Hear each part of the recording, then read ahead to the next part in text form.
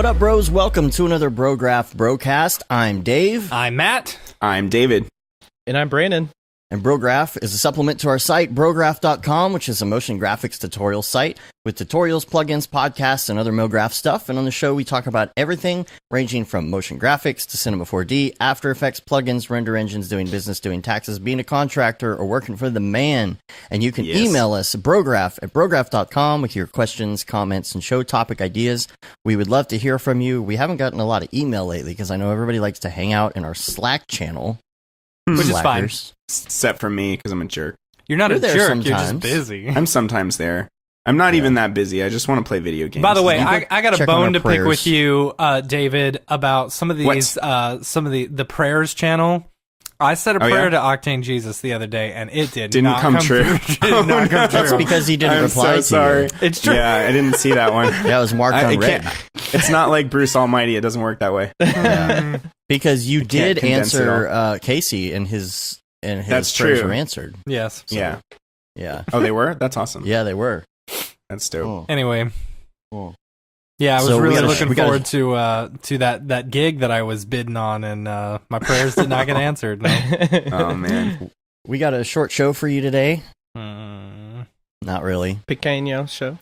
We But we brought both David and Brandon on because when David was doing his interview at SIGGRAPH, it was like 22 minutes, and I threw my back out. Yeah. During that interview, and so I figured, Best moment of my life. I kind of wanted to chill today. I would just let them do all the work and sit back and play Disney Emoji Blitz. Oh. Yeah. So- I don't have anything. I'm like so frazzled from this client project right now that I'm not going to contribute much except to like insert little things here and there. That's all. well, that's just all I got consider it today. a break. Consider it just taking a little break from. I'm just client hanging out stuff. with you guys, and Yeah. it's cool. Yeah. Yeah, there you go. It's all chill. So, okay, so I was incredibly sick last week. Yeah, it and- was. Oh my god, Dave was pooping in the bucket again. No, it wasn't. Why would he be coming out that pooping in end. a bucket? Yeah, I was puking. Because Liam left him a bucket, right? I don't know. So the thing is that it was like it was progressively getting worse as the show went on, and it was like torture. And I was like, man, like I've been waiting to have this episode with Brandon, and now I'm like not even asking any questions. I'm just sitting here sweating. So Sweat it out. It's I was because like, dude, it's you gotta because the come back on interview the was show. so intense. It made yeah, me sweat. it was awesome. It was So very good. So we've got like some really great stuff to talk about, some new stuff. We've got so many links and stuff to talk about this week. So strap in and Strap in. there was a poll that was on Twitter last week about what we wanted to talk about, and I think painting tips won. So we're going to talk about painting tips today. Yes. This No. is really good. I'm really excited with this new house that I'm getting. I think painting tips is going to be like a really good thing to talk Your about. brand new house, you're going to paint it? No. That's good. Thanks, guys. I'll take it from here. Dude, So- if I could have said that, never mind.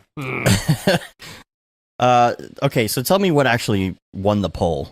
What actually won by 34% was Unreal. And then 32% Unreal. was how I painted my house. 18% was I know, you gotta love it. 18% Unity 2018.1 SRP, that's scriptable render pipeline HD pipe, which is the new high fidelity pipe for Unity. And then Okay, Touch I know some of Designer was those 16. words. Yes. And why that is important is so cool. So we'll get into all of it. We're just All going to do right. all of it, except This for the is going to painting. be the goes over my head show, like the above my pay grade goes over things that go over my head. Welcome No, to no. every episode I've ever been Every on. episode. No, it's literally like a lateral shift. So it's like what we know and we focus on, it's going to be a little to the side. So like you'll I mean, once you get into those types of projects, you'll totally understand it. It's just going to be If I get into those, if you get into those types of projects. Yeah. I don't What know. you gotta do is I may rake David, you guys. you gotta do projects that make you uncomfortable. Mm-hmm. I'm definitely doing that right now, Exactly. and I don't know if I love it, honestly. I mean, it's a necessity for sure to get better, Yeah. Mm-hmm. but at the same time, I hate it. And I mean, I don't know. Just after this, I'm like, just give me something that I've done before exactly. Can I that get I some just space check out on. stuff, please? Can I just get some more space stuff, please? Yeah. Yeah. Well, No I'm more actually melting I'm ice working on cave. something too, just to kind of get me out of my comfort zone a little bit. I just decided to Mitch do is something Mitch for is fun. uncomfortable all the time. Yeah. Yeah. That's, Oh, Mitch is might want to in get here. that checked out, bro. Yeah. Cool fire.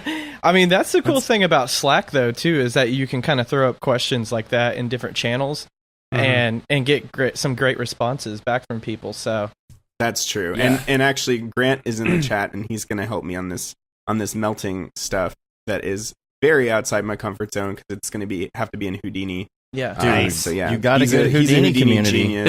Is that Yeah. G-Rant or is that a different Grant? G-Rant? Okay. There's Yeah. like Is 12 there a of different them. Grant? Oh, snap. There's a Lots of Grant Grants. I channel only know the now one. in serious? Slack. Yes. No Everybody way. was changing their name to Grant the other day. Talking wasn't about garlic wasn't shrimp. everybody changing their name to? Oh, they were changing their name to Grant. Uh-huh. That's what Yeah. happened. Yeah. I came into that late, and yeah, Billy was like, "David's gonna come in here and be like, what the hell?" Because everybody just Yeah, and then people Changed their started name to- changing their avatar as well. You know, and That's it's like hilarious, it threw yeah. everything Yeah. off. You had no idea.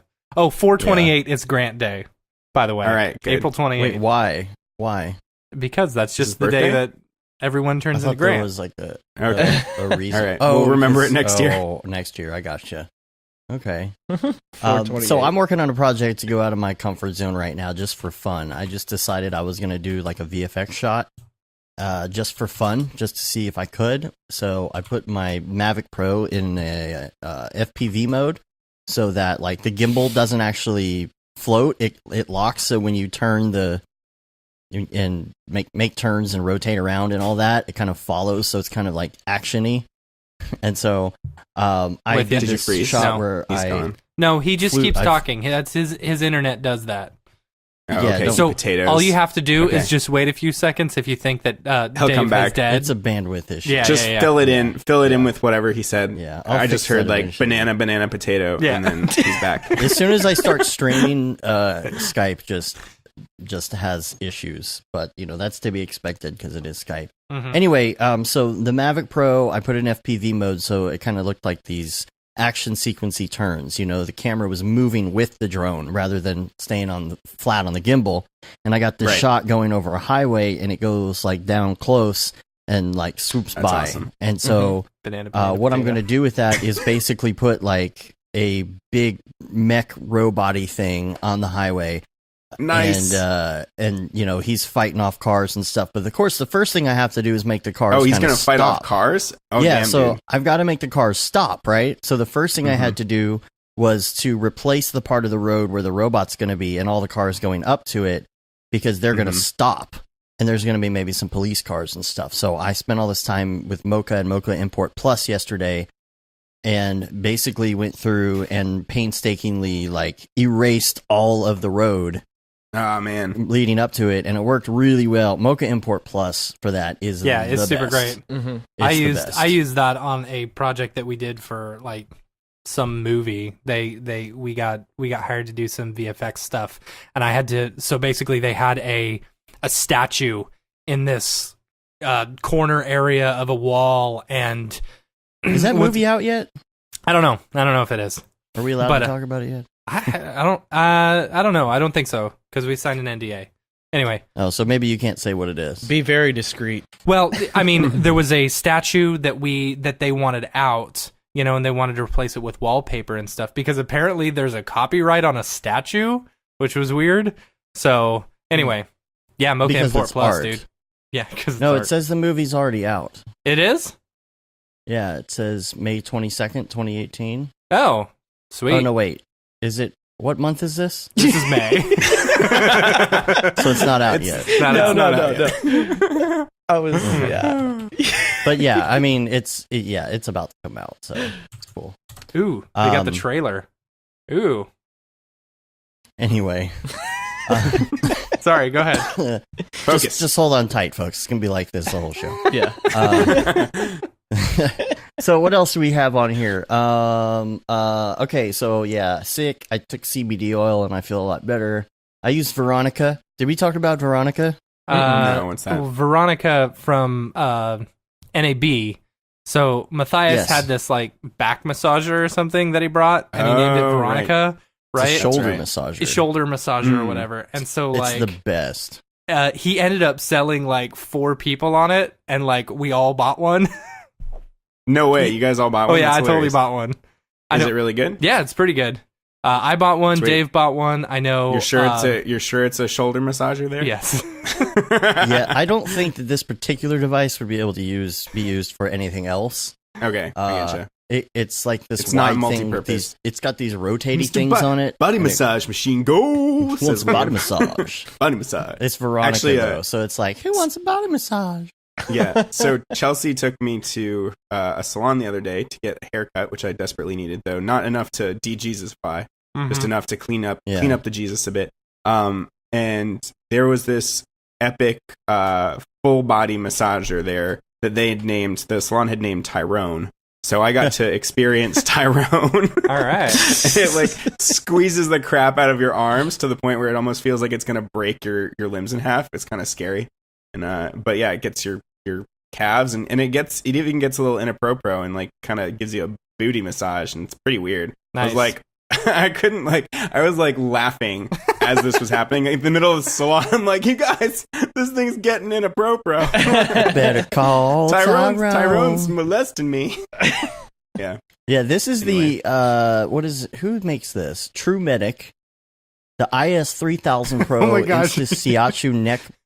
Official massager with Brograph massager. It's the best. Oh my gosh, because the problem with massagers is somebody else has to push it on your shoulder, right? So that you can do it without anybody because Right. it has these arm straps and you pull down and it drives it into your shoulder and Wow. it just sits there grinding the knots out. It's the best. If you have How knots, much does this thing cost? this site is $169, but I think Amazon I got it for a lot cheaper than that. So. You can get it it at was like Costco for $110. $100. Yeah. Liam says, does it come with Bose headphones? No, but you could wear your Bose headphones while you're using it, which I've Comfort done Select. before. It's the best. It really is Yeah. the best. Like if you need something like that, I'm recommending it right now. So Sweet. we should put it in Brograph recommends. That's the other thing is we didn't do Brograph recommends with you last Oh, week. that's Yeah. true. And so Yep. So anyway, feeling better, feeling good. Shaved. All you know, right. Shaved my beard. I don't know. I'm just coming up with things to say. Put the With beard things to butter say, in. yeah. That's another product Beard recommend. The beard No. butter. Oh my If god. you What does haven't that used beard do butter- exactly? Does Oh, that like? dude? I don't understand. It helps you keep it nice and moisturized, and it helps you comb it. Yeah. Like kind of I might- conditions it. I might need And that. I'm out. I might actually. Matt's like beard butter. I'm peacing out. I No, just I mean, thought I'd go off on another San tangent. San Diego is very dry, and my skin gets pretty extremely. Yeah, I mean, I lived in Virginia all my life. I'm like, what is this dry, flaky skin that's going on? I just don't understand. But yeah, I think I need some beard butter, bro. Beer Dude, get some beard butter. It's the best. The beard butter is the best on Brograph. Is that enough alliteration for Beard you? Let's move Yeah, on to butter. some motion Battle graphics. Star Neo Galactica. 3D says, "What's this show about?" Yes. Dude, we don't even know. Yeah. I don't even know anymore. All right, so a couple other random things to talk about before we get into the meat of the show, so to speak.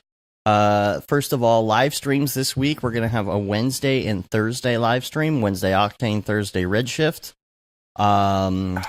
By the way, what I was going to say last week is when I was doing a live stream a couple weeks ago, I was really struggling with this awful model I was building. I'm sure everybody's laughing at me, but I was building this film reel, and when I was working on it, I was using a little bool. And I was like, man, I wish you could set these things by default, because when we were at NAB, Chris Schmidt was doing his 50 things, Mm-hmm. that he usually does, like a new 50 things every that time, he the do. fast things. Yeah. He was talking about bulls, I think this was Chris, and how you should have all of these things set by default. Mm-hmm. And I was like, man, I wish this could be just set by default. And Billy was watching, and he was like, dude, all you have to do is set your stuff, and you go up to the menu, and you do set defaults, and it makes that tool, Oh, those is that defaults. real? I was like, why did I never Oh. see that before? Yeah. That's amazing. That's awesome. Mhm. I never do that, but I should. Especially Yeah. bulls, because you're always going to turn on everything with bulls. Right. Yep. Yeah. That is a great tip, actually. You can do that with X particles and all that stuff too. Yeah. Oh, no way. That's awesome. Yeah, so if you don't like the indicator that's in the live or in the viewport, you can turn it off and set it as default. Yeah. It's good stuff. Very nice. So I've been doing some cool X particles Beeple techniques. Beeple actually helped me on something. So I don't know if you've seen this one look from one of his project files. It's called Cut with many T's, but it kind of looks Dr. Seussy. It's like all these columns that are really organic looking. Mm-hmm. And I'm doing these ice caves, right? And I wanted a similar look to put in front of the client. But I just needed to figure out how to do that. I didn't know how to, I don't know how to model stuff at all, obviously. So turns out it was just X particles, and he just cloned a bunch of cubes, just like duplicated cubes. And as long as they've got some subdivisions and you have the smoothing up enough on the X particle skinner, it'll turn all these crappy cubes into really beautiful looking organic geometry. So that was a really fun process. That's super to cool. create those caves. Yeah. I was just looking at it on Did you guys look it up? Vimeo. Yeah. I didn't know how many T's, so I put a whole bunch of T's and then a whole bunch of T's. I just backspaced each T until I got, it's 3 T's, by the way. Did you use the skinner? It's 3 T's, all right. Did you use the skinner or did you use the VDB mesher? Skinner. I tried the VDB mesher, and actually it's too good. It gives too tight of a mesh. Like, I like the looseness of the mesh. You can really up the smoothing, and it'll take just the crappy cubes and turn it into this like very liquidy looking geometry. So I'm always looking for these kind of more procedural ways to model stuff. Like, I just want to cheat in everything that I ever do. So this was awesome and perfect. So, shout out to people for helping me on that. But that's great. And the other weird thing about the Open VDB mesher is that when it wouldn't let me live view the updates. So every time I duplicated a cube, I wouldn't see it update unless I toggled it on and back off and back on. So that was super frustrating in terms of trying to art direct the scene. Mm-hmm. I don't know why that was, whether it's a bug or whether it got fixed in the latest version. There is a setting that John Bosley was talking about in the intro of his Grayscale Gorilla thing that I swore had something to do with that. Mm. Okay, cool. It may just be the way that it executes. Like, you may have to like put your timeline back and then go forward a frame, and then like it'll execute.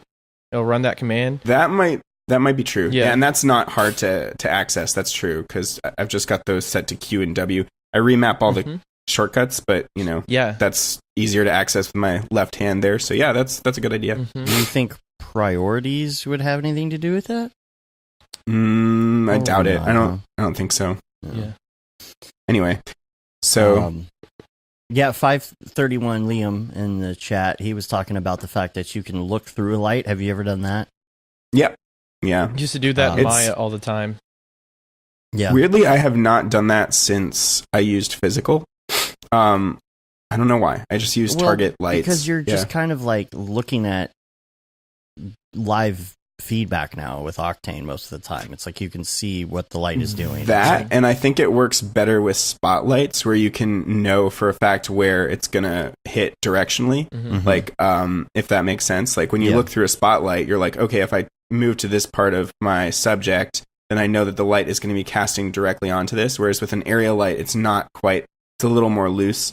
So I think that once Octane gets, if you're using obviously the Brograph plugin, then that would make sense. But yeah, once Octane gets built-in spotlights or whatever and invalidates your existence, then you can go back to looking through the lights. Better start working on a new plugin.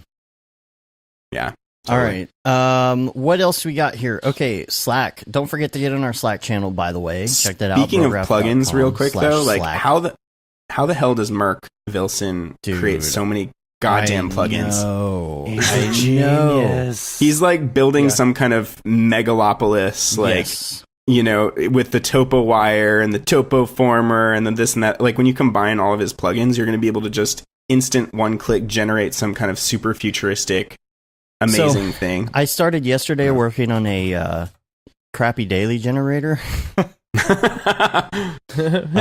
Just to be stupid, I was just messing around, and I was like, man, I really need that. So I actually have like an alpha of his plugin, because I wanted to put it in there and like have it like just generate random geometry and then put it into my crappy daily generator. It just puts like a giant sphere and just random geometry and a landscape object. Random geometry as a giant light, right? Yes, that too. Because I just wanted like random shapes and stuff, so I was like, "This is perfect for that." So I'm a member of his Patreon, so I have the alpha, and I was messing. Yeah, with there's that. a Discord as well. Billy Chitkin said Merc is a simulated AI. I saw that. It's super funny. It's so true. He's Kubernetes. Bringing it back to what was that, like several episodes ago? Yeah. He is the actual Kubernetes. That's his name. Oh, sorry. So Oh, that was good. That was real good, Dave. Well done. Yeah. So anyway, what's some other things? On the Slack, they haven't really started it yet, but they're tossing around this idea of something called Brochain, which is like a kind of a project where one person does something and then passes it to the next person and so on. So if you're in Slack, check that out. I don't think it's really started to go anywhere yet, but I think they're working on the rules. Slack has a mind of its own now, by the way. So Yep. I mean, we don't even set that up. Also, by the way, speaking of Slack, Tokyo Megaplex, he has released his short film. So good. Really So good. The Loaf Zone. I gotta check it out. The Loaf Zone. Check that out. School Sage project is here. And there's so many questions I have, and I'm gonna have to ask him on the Slack about like how he did everything and how he rendered it and what programs he used and all that kind of stuff. So we'll put a link to that in show notes. I love the stop motion section because he's got this like displacement or bump that's animated on every frame. Yeah. I think that's such a cool look Yeah, because so it looks Vision. legit like stop motion. Like the first season of Home Movies on Adult Swim. Oh, I love that show. Right. Also, I love the scene in the end where it's like a shark head that's all weird and cartoony, and then it switches to the realistic shark randomly. Just like little visual comedy elements like that are super awesome. Yeah. So, Oh gosh, I didn't even notice that until you didn't said notice that. that. Wow, you're right. I like it. Yeah. Hey, man, can I have a slice of your pizza? That was good. That was real good. Oh yeah, he's drinking it. I love that he's going in this very different, ambitious direction from everyone else. Yes. You know, he's like going for these like full-on short films that are, comedy based. I think that's really cool. Yeah, I love the look of the characters too. They're all different. They all have something cool about them. I like the guy who asked the guy for the slice of pizza with like the long head, like looks back when he talks. Yeah, and the good. subsurface scattering on his head is really good. Oh yeah, you know, that's true. There's a lot. I'm gonna have to go back and watch it again now and notice all the little things. Yeah. I mean, he this said is he was what it's all inspired about. by Newgrounds. That makes sense. Yeah. Yeah. Yeah, Sense. this stuff is great. Him like, does he have a YouTube channel or does he have? I think this know. is his first major endeavor because this was kind of his film coming out of college. Yeah. Oh, cool. Yeah, he just is graduated. my understanding. Yeah. So yeah, we'll see more along those lines from him, I'm sure. Yeah. He's the one in the limo that's doing the dance. Which one? Across from Liam. Oh, Liam. Yeah. So, what else we have here? Oh yeah, I was going to mention. I don't know if we mentioned this on the show yet. That we're also selling French Monkeys plugins on our site now. Yeah. Did we talk about that yet? I think we so those mentioned are all it. there. We mentioned we were going to do it, and then like NAB came along, and we threw a tweet out, back then. But I don't know if we've mentioned it again. But yeah, we are now officially selling the French Monkey stuff. So if you need to pick up anything from the French Monkey, make sure to go through our site because we get a small portion of it. And there's going to be some more Pixel Lab stuff coming out too as soon as I can get around to posting that. So we're going to have a lot of stuff in the store. So check that out. And y'all see the new Childish Gambino video yet? Who cares? No, what's that? What did you say? What's that? Okay, Brandon, you and I can just talk about Childish Gambino instead. Yeah, I love These him. guys don't know anything about the greatness. I know. Mm. Yeah, he's amazing. Like we were talking right. before that he kind of defines himself as this like kind of liquid kind of artist. Like he does acting and then he's back to music, and he doesn't really define what he's doing. He just kind of creates, and I think that's amazing. He's career fluid. Yeah, exactly. Career fluid. Yeah, there But you go. He's super talented, and I love seeing people like that kind of breaking barriers and genres. Wait, wasn't this guy in Yes. one of these? Community. No, I was gonna say He's in Atlanta. Spider-Man. Yeah, he was. Yeah. He was in Spider. Yeah. He was in what space movie was he in? The Mars thing. With I don't remember. Oh yeah. The Martian. The Martian. The Martian, He yeah. had a Oh, okay, really cool. weird The role. Mars thing. Yeah. Yeah, it was. He was. It was like he was playing Abed's character from Community in that movie. Yeah, That's what I. thought. but like I thought he was gonna have a bigger role. Like they woke him up, and it was like you thought maybe he was gonna save the day or something. But then they didn't really like come back to him that much. It's really weird. Brandon, But, how are you like Brandon's like sneakily writing comments in the chat too, like what he's thinking? Yeah, rather than just saying it. He's in No, multiple you places can at mention once, the guys. comments if you want. Yeah. It's okay. Here's the thing about the new video. Besides the weirdness and craziness of the video itself, I think it was Mark Cernozia this morning who was writing like, this is why you don't put grain on a video that's going to be on YouTube, because the compression is awful. Mhm. Like you should almost have a separate YouTube version without grain if you're going to release something like that. Or, I mean, where is that video going to play? Honestly, besides the internet, Mhm. is MTV around anymore? Mm. The So you kids think these that days. you think the grain actually makes the compression worse? Oh, because you should grain, see it. You should see it. Okay. It's bad. I guess the grain makes everything in the image high frequency detail, so it doesn't know where to put the compression. Is that the right? idea? It Yeah. confuses it. Right. So it's just not sure, and not only that, but it's not going to look. It's also going to be a bigger file technically, probably Mhm. in the end, Yeah. because if it's variable compression, it's just going to. I mean, I bet grain would actually be an interesting way to control the compression. Like if you really want some detail on something, you put grain in just that area, and then it focuses on that. That is an interesting concept. Okay, time for experiments now. Sweet. Just say, do you ever see that guy who compressed something on YouTube and then he would download it and he then would compress it again. Yeah. and download it again over and over through YouTube No. until it was like so bad it was just blocks. Right. Mhm. That's Right. awesome. You And gotta now it's check a that new out. form of art. Yeah. Exactly. Yeah.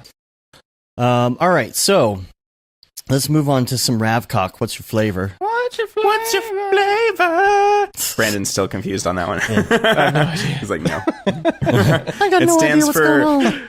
Redshift, Arnold, V-Ray, Cycles, Octane, Corona. Nailed it. Nice. Wait, Ding. there's Nice. still Ding. some others we're missing, man. There are many others. There are many though. others. That acronym is easy to say. Ravcock. Yeah. That's what And we then what's your started with. flavor? Yeah, that's pretty cool. Yeah.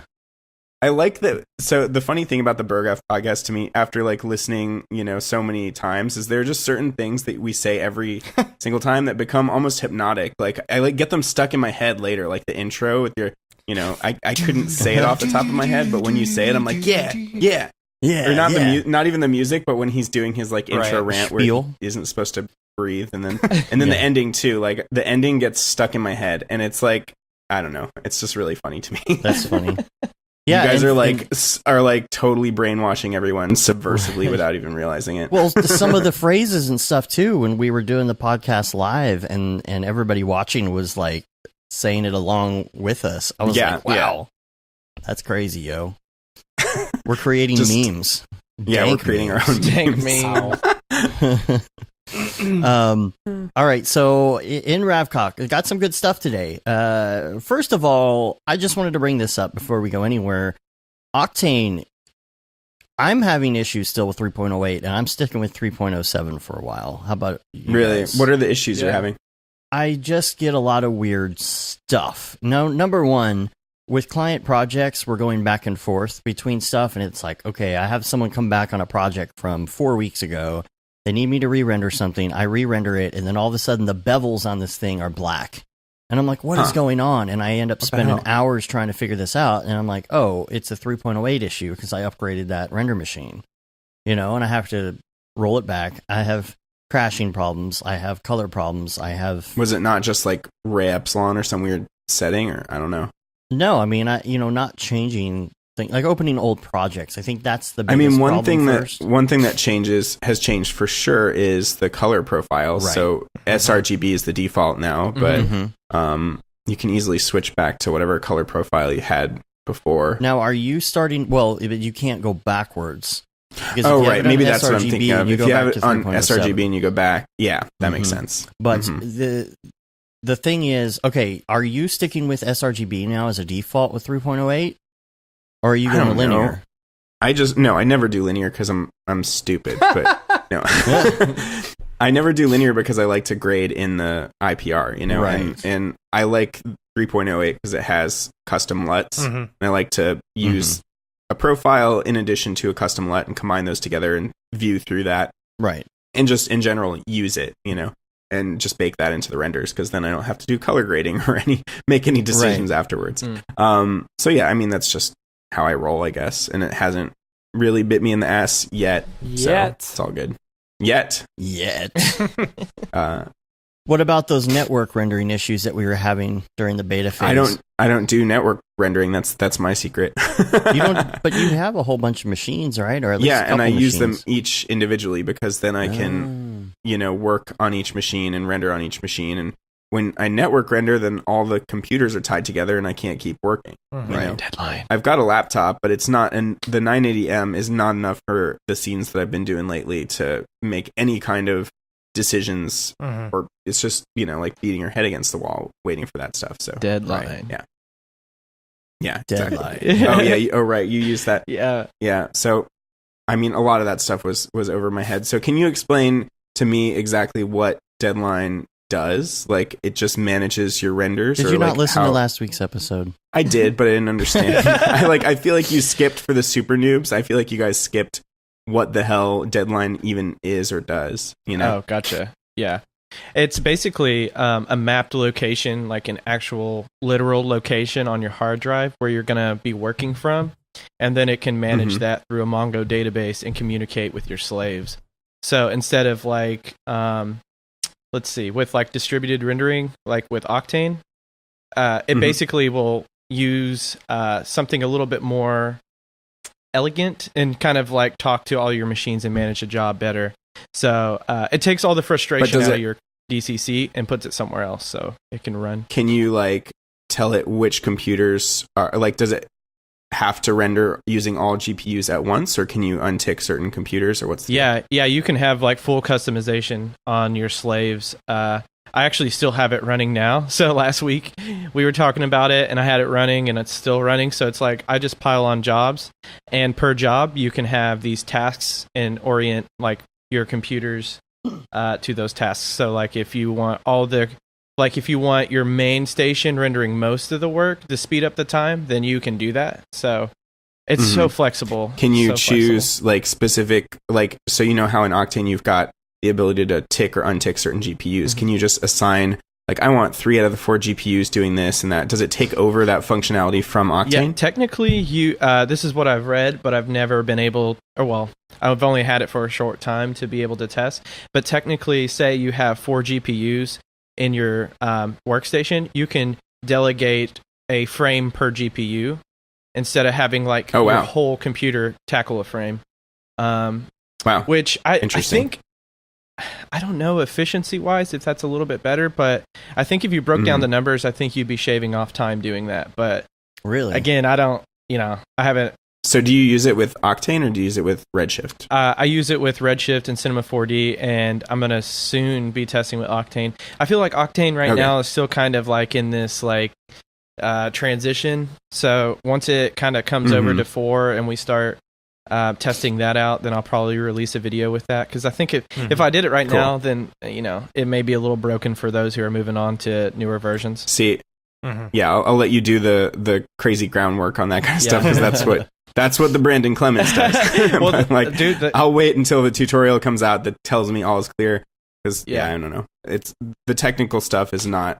I don't really push the boundaries with that as much. You know, I'm not as interested in that, I guess. Yeah. But if it's something that's like a pretty clear cut solution that's going to save my ass and make things a lot easier, then for sure I'll adopt it. Yeah. And Billy said, you know, imagine having an interface where you can tick on and off jobs and machines, Right, reorder, it's like a pause, hub. restart. Yeah, exactly. makes Thanks, sense. Billy. That's like way more clear than what I I wonder said. if it does. Does it do like interleaving? Remember that Mimbe?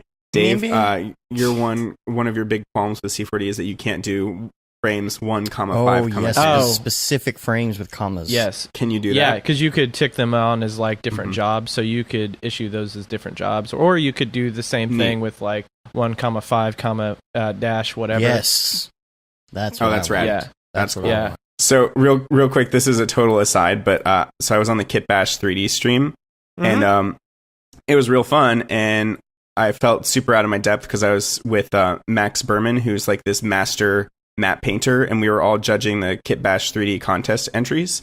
And he was like talking about like, oh yeah, this one creates like a beautiful triangle and gets that triangle composition where it just leads your eye in a loop around the image. And this one, because the horizon is set, you know, high and the characters are low, this makes you feel like the characters are insignificant. And I'm like, whoa, you know, like just You're like, Totally. I really like this color. yeah, exactly. This I'm one like, is pretty. I'm like, I like I the like lighting. turtles. I like turtles. I like turtles. But anyway, That's the so- second time that's been on a live stream this week. If you call it Liam's turtle live stream. So after all of this, I had to go and do like a kind of tutorial on this lunar colony look that I had made with their Kit Bash. And halfway through, my voice, like I couldn't hear this, but my voice got the creepy, you know, like serial killer vibe. All right. You know the one in Rec Room VR where you turn on the super deep voice and it's like, hey guys. Blah, blah, blah. So if you listen Nice. back to the stream, it's like completely distorted and you're I'm like 2 siloning. octaves low. Yeah. What's that, Dave? You there? I said you're siloning. I think that's what they call it Oh, on Tech TV. siloning. Yeah, there you go. Battle Yeah. Beats Bears Battlestar Galactica. False. Bears Beats. That's the one. Anyway, All I right. just thought that was funny. All right, here's some interesting stuff. Didn't mention last week. I hung out with Ri-Fi for his birthday, and we were sitting there nerding out about Octane and things. And so maybe you guys already know this, and I don't. But in Octane, first of all, when you do an emission texture, let's just say you do a blank emission texture, and you turn up the power. Let's say you make it red. Okay, and then you turn up the power. What's the first thing that happens in your, even in your preview? You get the weird speckly pink dotty things. Yeah, but that's why noise. you use Gaussian spectrum rather than an RGB spectrum. And then Now, turn on saturate to white. That'll get rid of the True. speckly. Here's something interesting that he showed me, and he's actually thinking about doing a tutorial about this. And here's the deal: if you take your power, instead of upping your power, you take your power down to 0.25. That's a random Okay. number. All right. And then, well, he did a little research on this, I think. So you put your power on 0.25, then go into your distribution and put a float texture in there. Mm-hmm. And use the float texture then To drive it. adjust the brightness. You know, you put it to the same brightness and that noise is not there. Oh, that's interesting.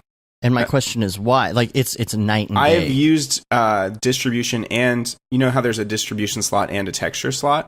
When I was making those really, really small lights for the God rays and for hard shadows, you know, when you make a light smaller, it naturally gets darker.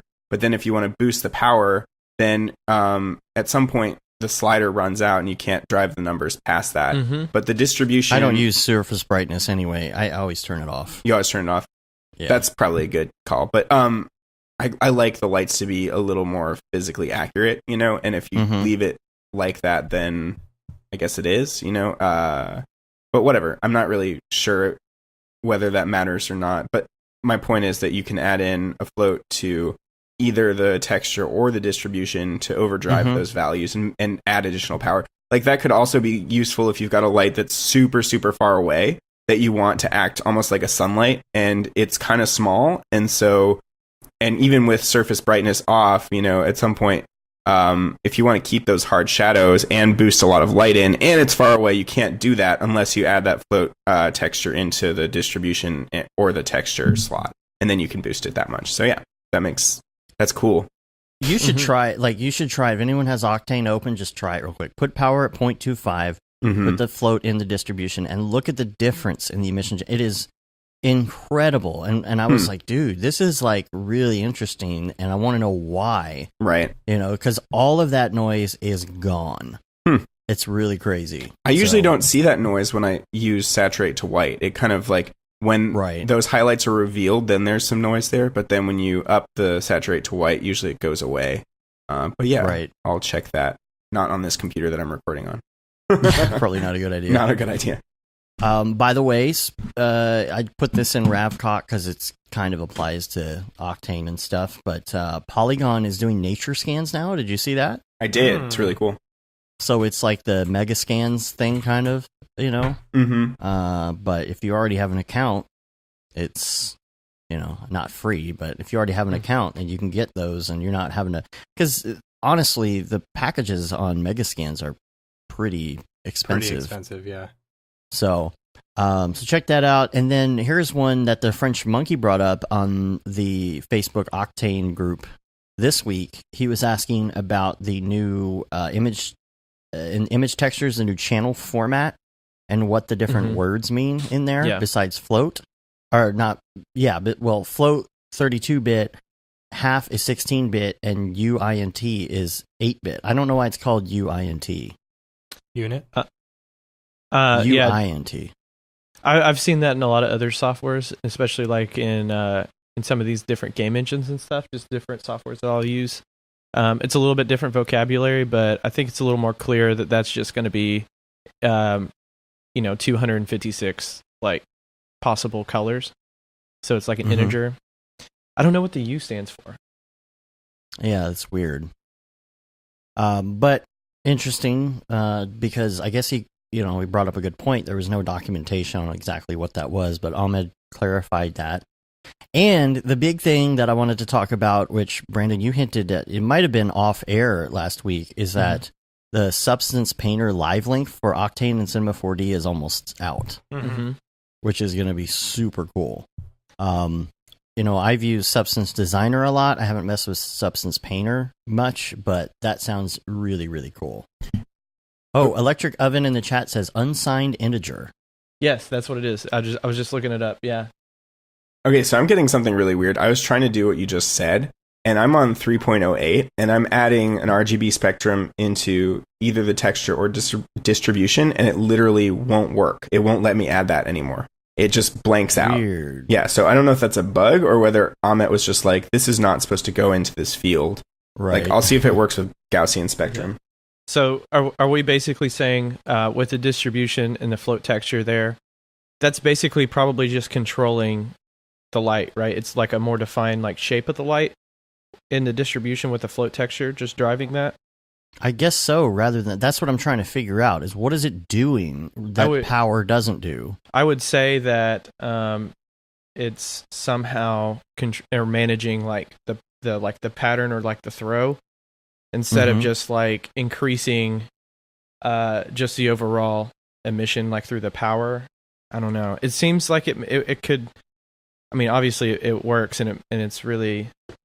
I mean, okay, way more beneficial. But I got it working just now, but I don't know how to replicate the situation you're talking about where you're seeing a lot of noise because of the RGB spectrum. Okay, so you've got an emission texture in, right? Oh, I put in a light. Sorry. Oh, yeah. It's got to be an emission texture. So what? Just put it on a cube or something? Yeah, and you don't... Yeah. Just put it like on a cube and then drive it up to... Just drive up the power and you'll see like the nasty, noisy garbage, especially if you're using like a red. The reds are always like, pretty noisy like that, pretty quick. So do that and just see what it looks like, so and then bring it back down. Put an RGB spectrum into the distribution, right?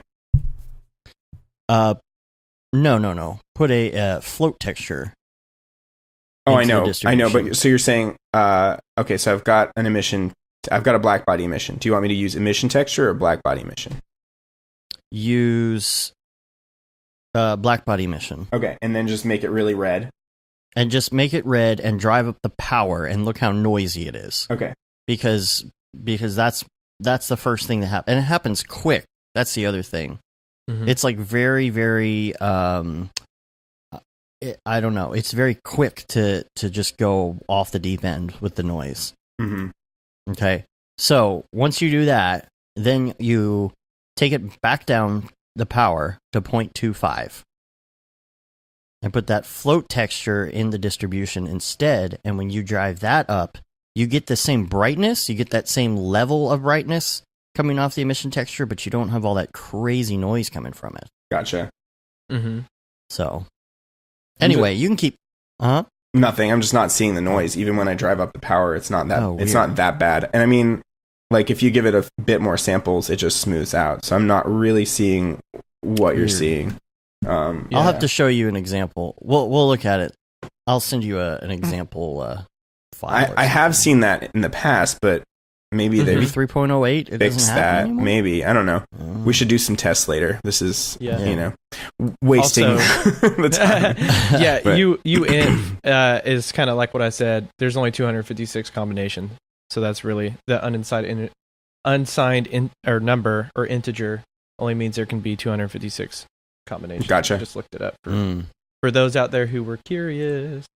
There you go. So, let's talk about the topic winner from your Twitter, which is Unreal. Are we going to talk about some Unreal today? Yeah. Wait, real quick though, can we do a couple more Ravcock? Oh, you have more Ravcock. I do. Right. So, real quick. So, I guess this is sort of Octane, sort of general C4D stuff, but one of my buddies sent me this crazy set of Octane and C4D talks from all of the most genius people in China, like Louis Orton and Xiaolin Zhang and Ligo Zhang and Somei Sun. I probably butchered some of their names, but I put that link. I sent that link to you, Dave.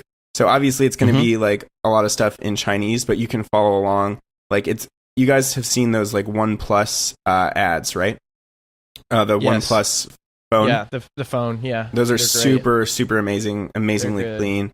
Mhm. So there's some talks on that, and then there's also the guy that did the Pause Fest titles, and then more recently, just like a couple days ago, the Ash Thorpe collaboration for Akira. Yeah. So that guy's So good. that's so good. Xiaolin Zhang. So so there are talks from all those guys on this thing. So I think that's a really good resource, and I'm gonna churn through those as soon as I get the time.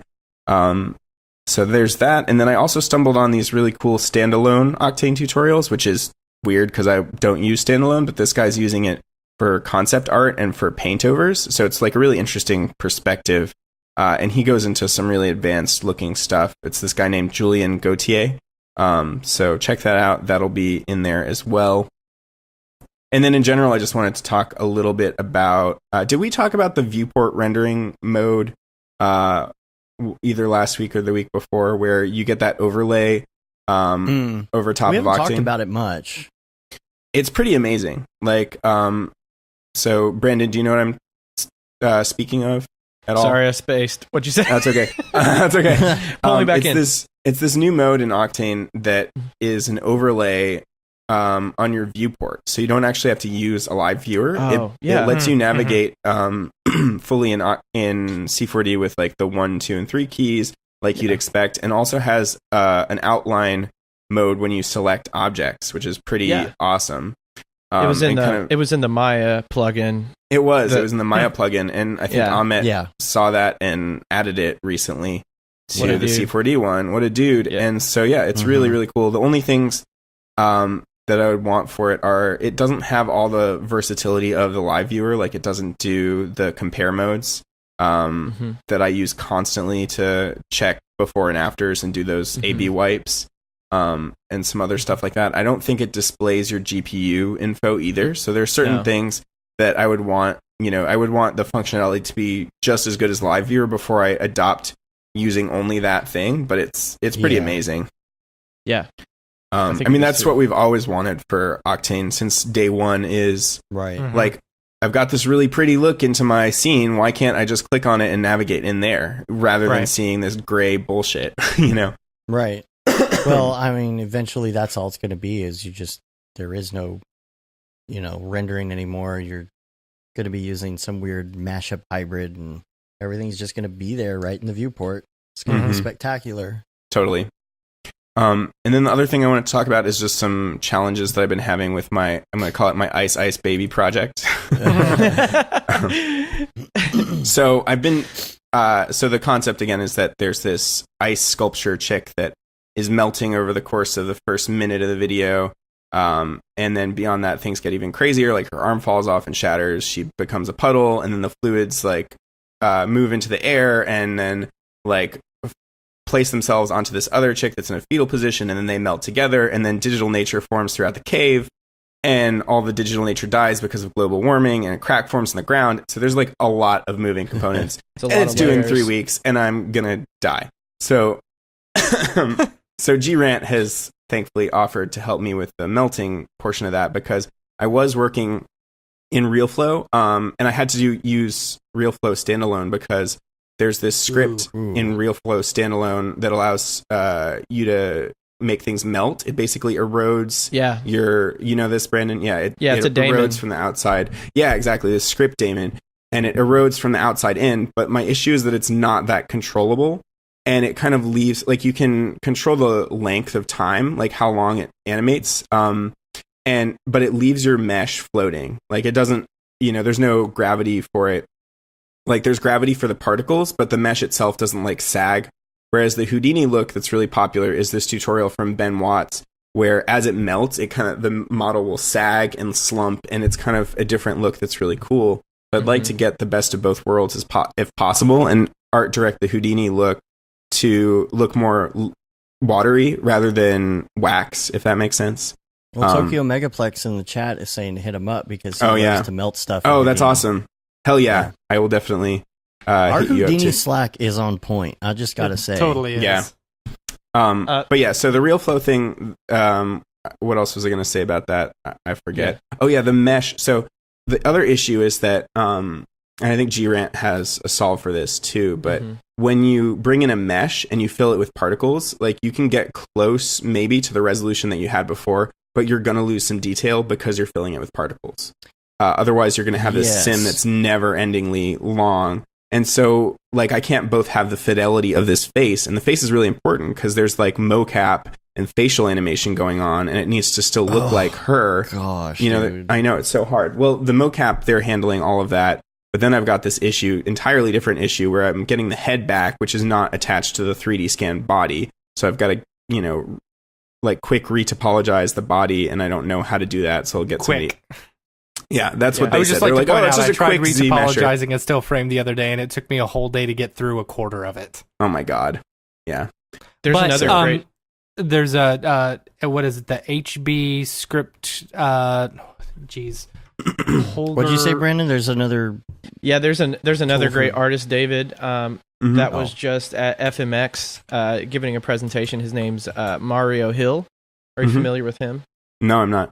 He goes by KFrame _1 on Instagram. You should check out his stuff. I was going to collab with him on a client project. There was a Maker's Mark project that we were going to do together, where they wanted this waxy horse for Derby. And it was going to do that same kind of thing where it was going to be very viscous and it was going to melt and stuff. That's also going to be my new band name, Waxy Horse. Yeah, dude. Yes, Waxy Horse. I like it. Yeah, so he's amazing though, and he's been doing a lot of big projects in RealFlow, and he was just at FMX giving some presentations. So I think obviously he killed it. His presentations. I hope they release that stuff. Are you guys familiar with FMX? Yeah. It's I mean, I think I heard more about it when I was all into the FX PhD stuff, because it's more of a visual effects conference, right? Yeah, it looks like a super fun one to go to, but it's in Europe. Definitely. So. It's in Europe. Yeah. That's the problem. There's some really good conferences overseas. Yeah, there's IBC. I'm never gonna get there. And then in New Zealand, they've got I'm blanking on the name. Nodefest. That's Mhm. the yeah. That's in Australia. It's not New Zealand. Oh, it's in Australia. Okay, cool. Yeah. That's Blair's baby. Yeah. So, and then back to other challenges. So I'm trying to add like a raindrop or like a water drop type shader to enhance the melt effect, because when we're doing that facial mocap stuff, I don't think it's possible to both have her face melting or have the body and all that stuff melting and see the facial animation at the same time. Like Right. that's just too much. So so those shots will just be separate where she's singing. But to kind of keep that story point going, I wanted to use like a raindrop kind of shader, just like an animated texture. And there's one that's already out there for free by Danny that he made, and it's like, you know that one. Brandon, what the hell is up? You've got like so much knowledge crammed into your brain. I'm just like saying these obscure things, and you're like, yeah. Of course. I don't know. Maybe we're just like looking at we're in the Same same stuff. channels. Like we're We're in the same channels. Yeah. we're right there. We're right next to each other all the time. Yeah. You know- Totally, dude. Yeah.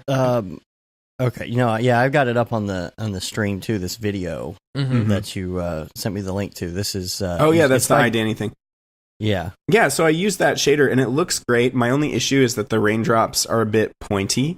And they go in kind of diagonal directions, which looks weird when going down the surface of, like, maybe it works for the car, but for this ice sculpture face, it looks weird, and it's like it looks like little weird worms going across her nose, you know? So weirdly, I woke up like yesterday, and it's funny how lucky you can be sometimes, but Travis Davids had just posted a rain shader in, I think it was just on his Facebook, that he'd made, where he started from Andrew Kramer's raindrop tutorial, but then made it better and AE and customized it to actually work in 3D as a bump map. So I messaged him. I was like, dude, you got to sell this, put it on your Gumroad. And he actually gave it to me as a test to try out and see how it worked. And it's super awesome. And I think he's going to package that up and sell it.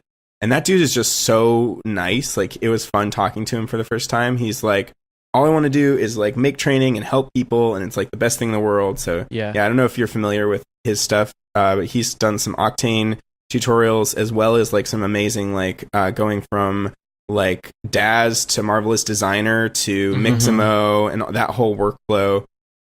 Yeah, so, yeah, he's very much him. I think he's very in your vein, Brandon, because he uses so many different tools to get the job done, and is like very into pushing boundaries with experimenting with all these different crazy workflows and combinations of different softwares.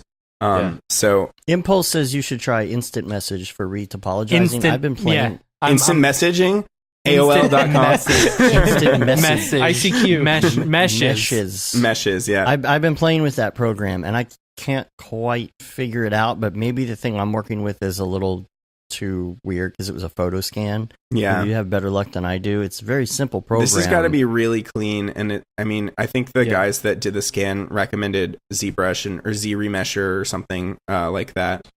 You should just give it a try, because I'm pretty sure it's a free program. Or I should hire my friends. Like source. I should hire somebody else to do it though, because like, I don't know. At some point, I'm just like, there are too many asks for this project, and too many things that I've got to figure out with the art direction. Right. And these technical things are going to slow me down so much, and I've only got 3 weeks left. So I just need to, pay somebody for a day's work when somebody that's already comfortable in this workflow, because it's going to take me like 2 or 3 days at least, And you should talk to Brian at Already Been Chewed about the raindrops thing, because he did a really pretty cool, amazing like raindrops thing for the Casio watch spot. Oh, no way. We were Cool. working on. That's awesome. There.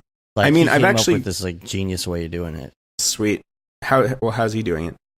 Well, that's the thing. Like, it's been so long now. I don't remember exactly how he went about creating it. But cool. he basically created something in Cinema and rendered it out, and then used it and brought it back in. So you might want to hit him up and say, "Hey, sweet. How would you go about doing this if you were me?" And maybe he would have some good ideas to help you. I mean, I think I've got it pretty dialed in at this point. Like, Travis David's shader is looking really good. The only issue is that the raindrops get cut off at the bottom. It's not seamless. So I think if I use like triplanar, then that should blend those together nicely. And then the only other issue is that the single droplets are all static, and that looks a little weird on the face, whereas the one from iDanny has all the single droplets moving. So my suggestion to him to make it better was offer the streaks as one layer that people can screen on top, and then offer a single pass of just the little animated droplets as well, so that, you know, people can choose what parts of those things they want. And then also he's going to make one with ripples for the ground, so where the raindrops are hitting the ground. I don't need that because mine's more melting, but like, yeah, it's going to be really cool when he releases that as a full pack. I feel like that's like next level is getting those kind of animated shaders in. Those are really cool to make rain and stuff like that. Yeah. See, making it rain. Make it rain. That's what I miss, like going into these game engines and stuff, because there's so much magic that can happen in real-time shading, like just with building shaders out of node graphs and just setting like a time value and being able to like loop through stuff.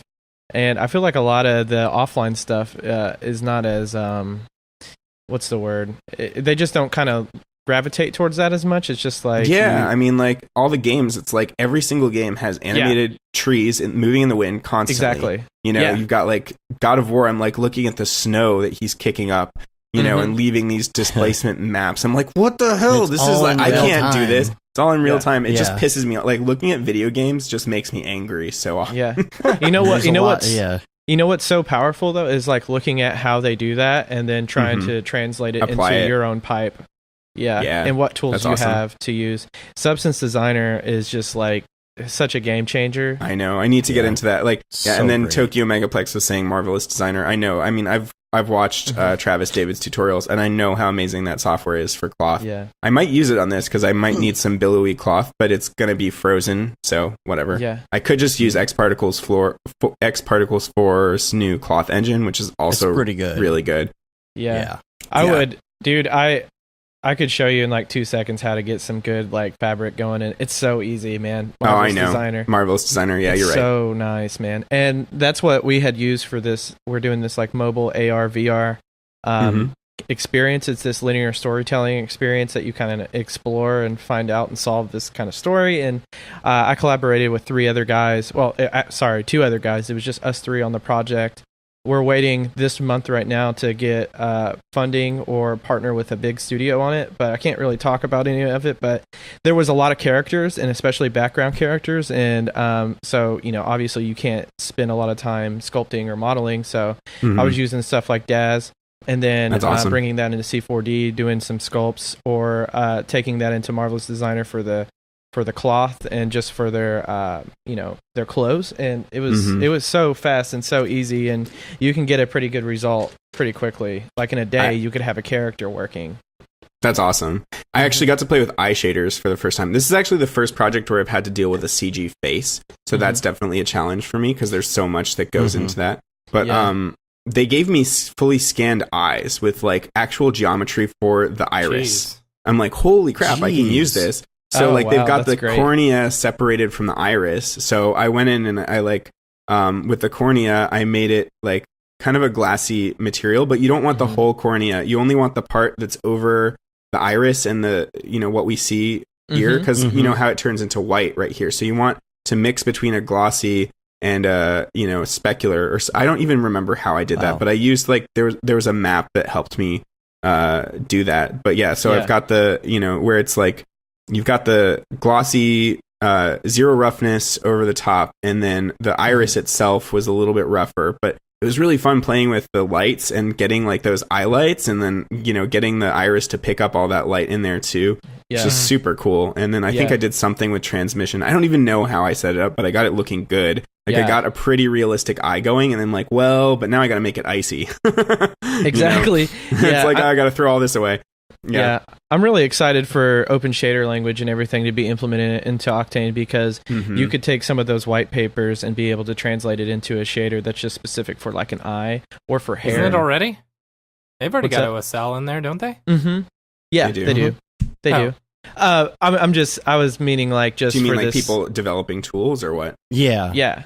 Okay. For this new wave of OSL stuff being shared on Facebook and all of this, you know, in the Slack. I mean, it's great, dude. Totally. Yeah.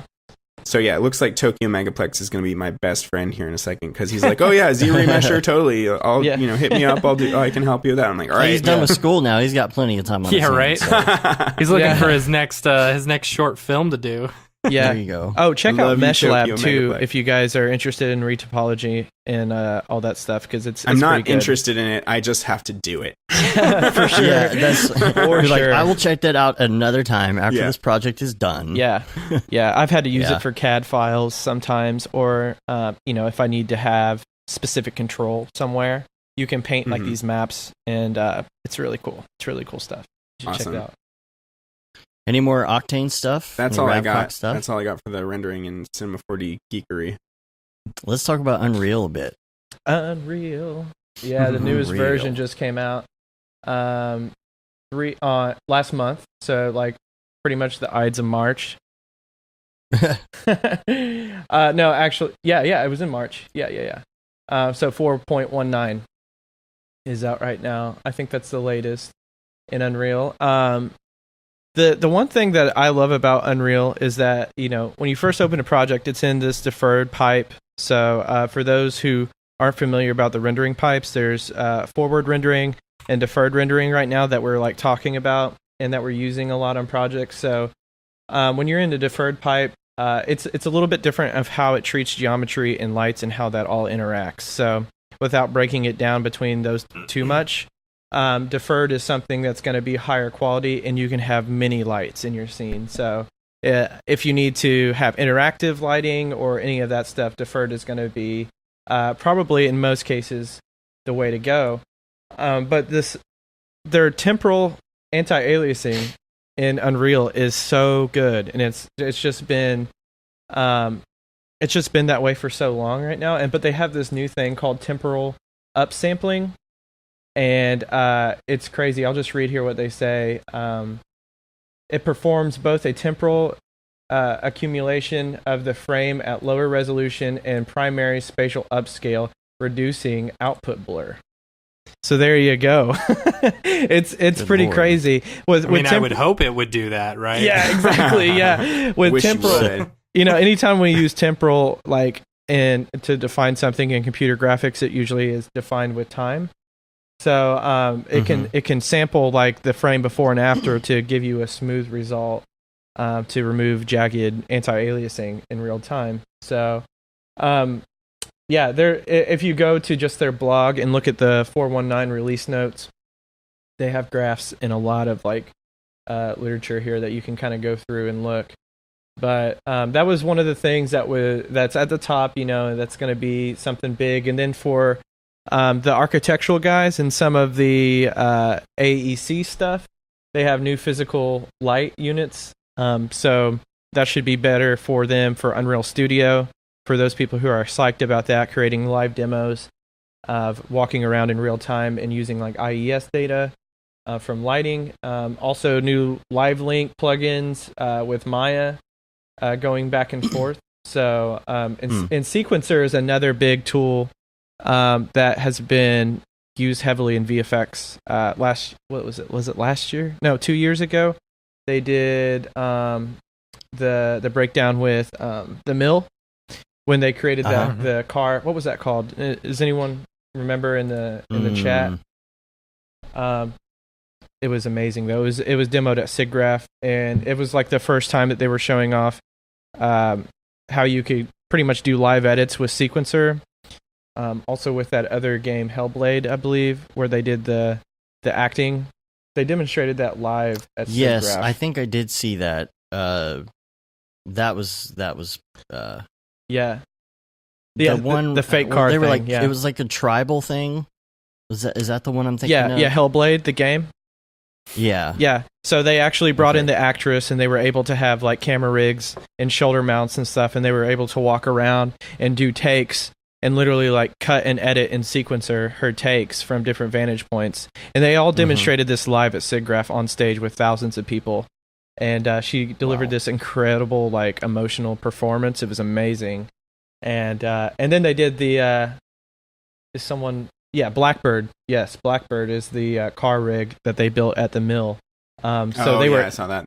Yeah, so when you're doing car commercials, they wanted to be able to switch the color of the paint, the model, the make, and yes, yeah, and it was really It's cool because at SIGGRAPH they were like going through and they were like, now let's look at it with a classic car, and they were like, and now let's do something a little more safari, and they had an elephant running next to the car, so it was like just for decision making, it's like incredible to see that in VFX and in a commercial kind of pipeline. So the mill has been using it a lot, Unreal Engine.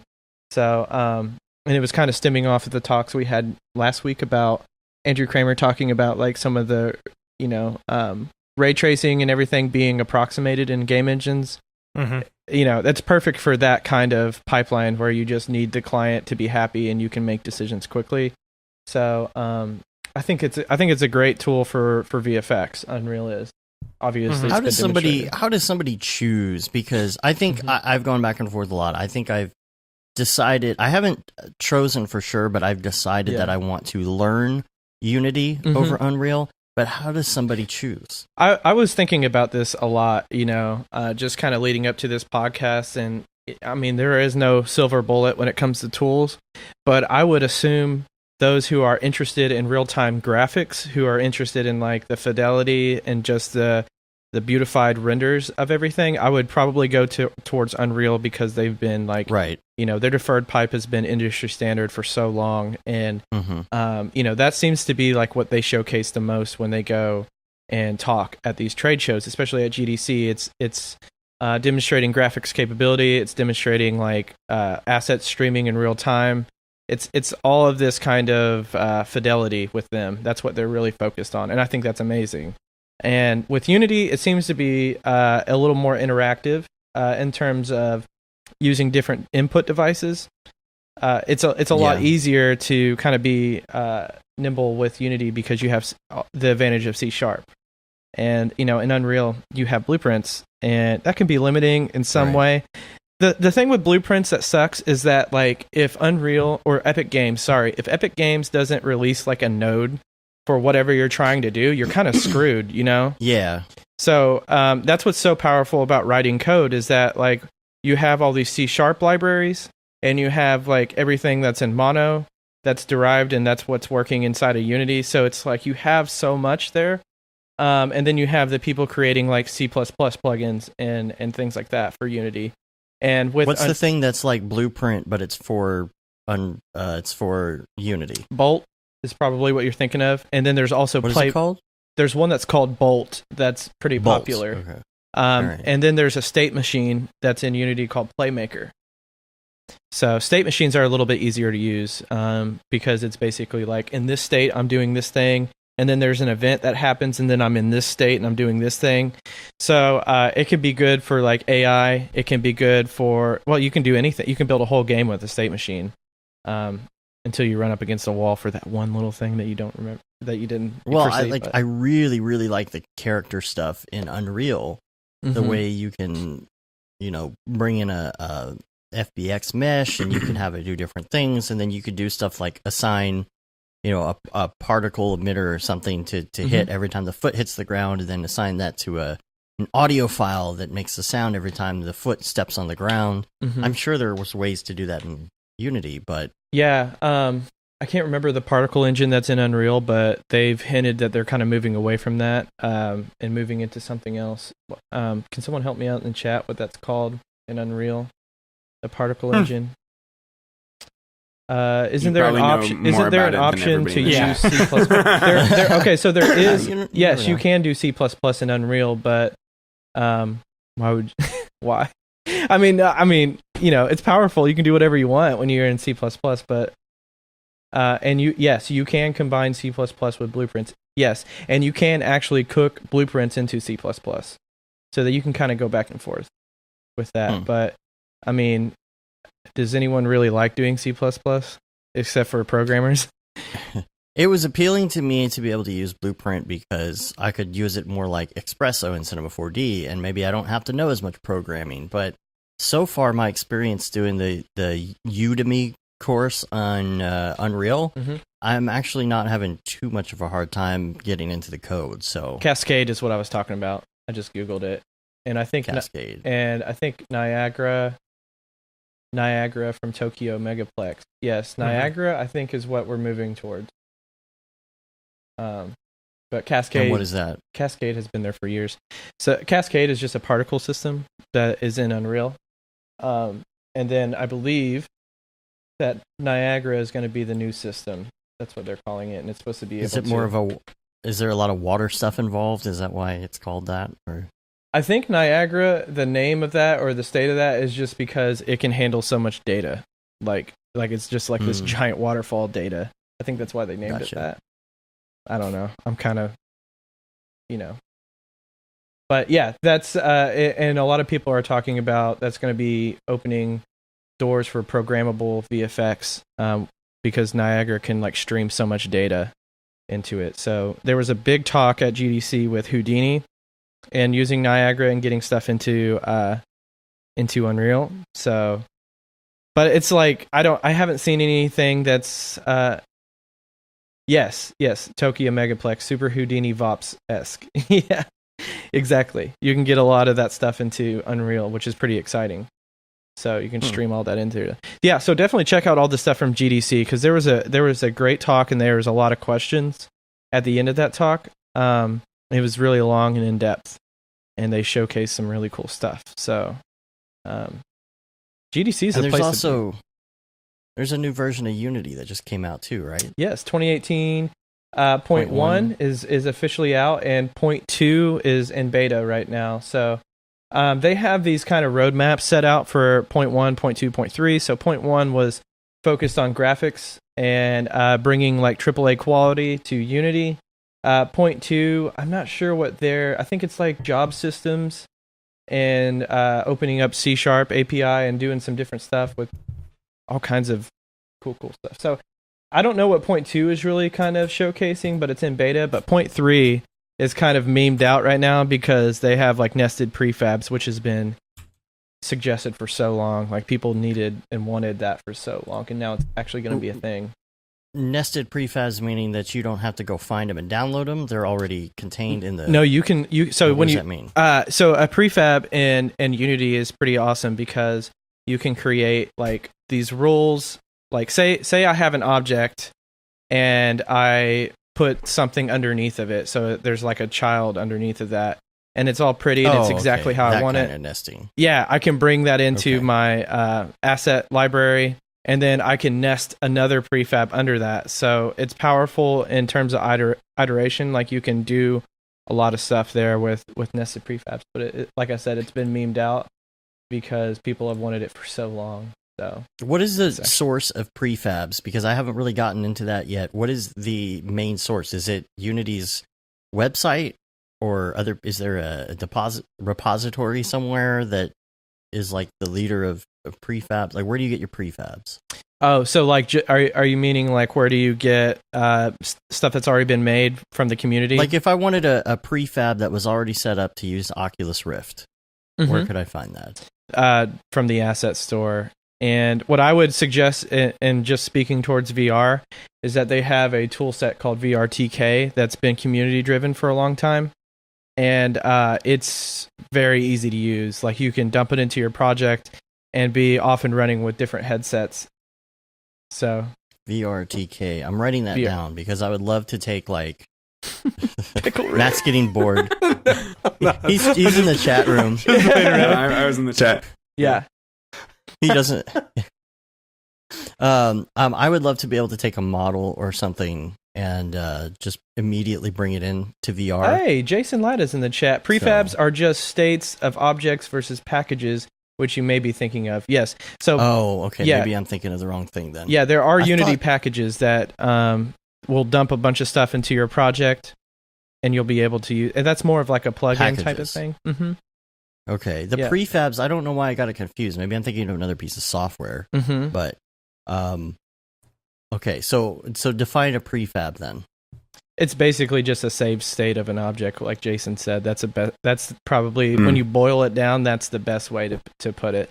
So like you can create an object, like I said, put something under it, and then you can drag it into your and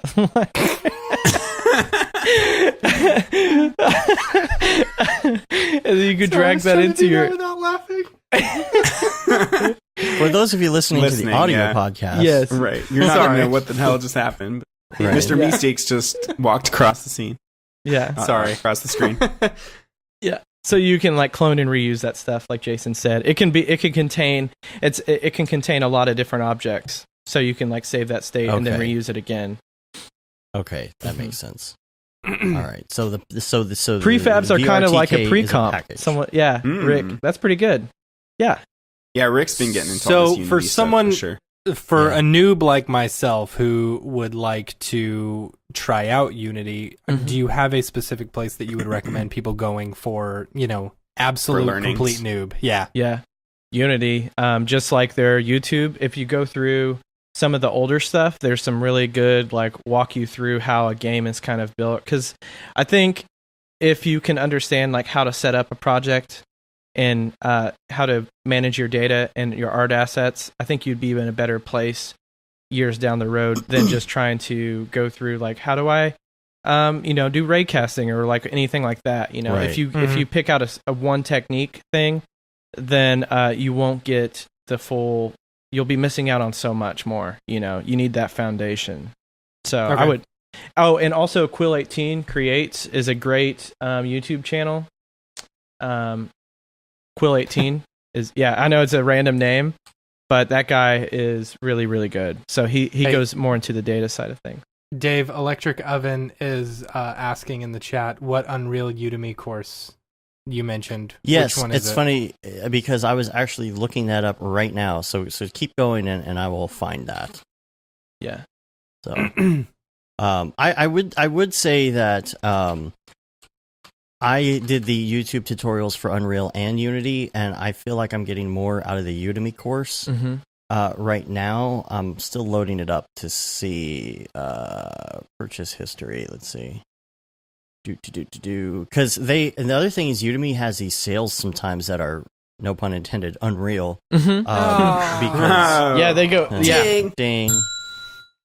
Socket error. What's going on here? Okay. So they had back in November, they had a crazy sale going on, and we bought 3 courses. We bought Complete Python Bootcamp, Go from Zero to Hero in Python. Mm-hmm. Haven't even opened it. Unreal Engine 4, How to Develop Your First 2 Games, and the Ultimate Guide to Game Development with Unity. That's the one that I'm actually into right now. We got all 3 of those for $30. Yeah, that's you can't beat that. I mean, that's pretty awesome to get them on sale. That's pretty awesome. Yeah. Mm-hmm.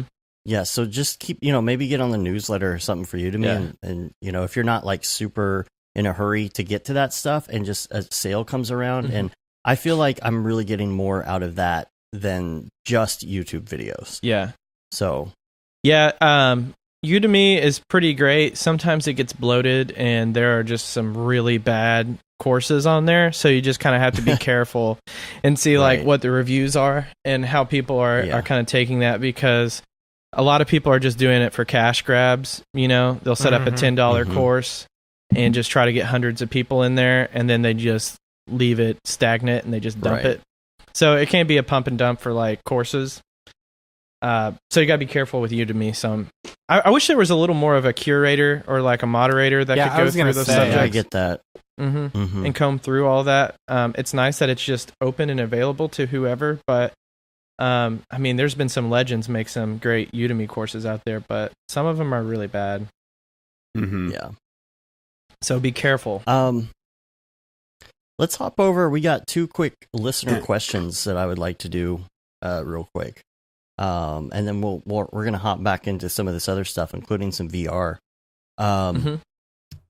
Benjamin Allenson says, what do you do when you realize most of the stuff you made for your full-time motion graphics job is way less cool than the stuff that you do for college? Also just started reading the Freelance Manifesto. So basically, you do some fun stuff for college classes. Let's say you're Tokyo Megaplex. And Right. You're And then you doing get to the these real really fun- world and it's all dark Yeah. and gritty and life is sad. Yeah. What do you do? Do you do short films and stuff on the side? Do you do something to keep yourself going? Mm-hmm. What do you do? Because we all know that even the most fun projects can become tedious or taxing or frustrating. So what do you do? Silence. What do you- I mean, Silence. the thing is, so realistically, what I think would be to work on some sort of short film or something. Ideally, that would be great, wouldn't it? Or maybe do it a little bit more simple and just release like, once a month or once every couple months, release just some kind of self-driven small motion design project. It could be 5 seconds on Instagram. It could be, something that's like 30 seconds, like tells a story, something that feels creatively fulfilling to you, and try to schedule that in.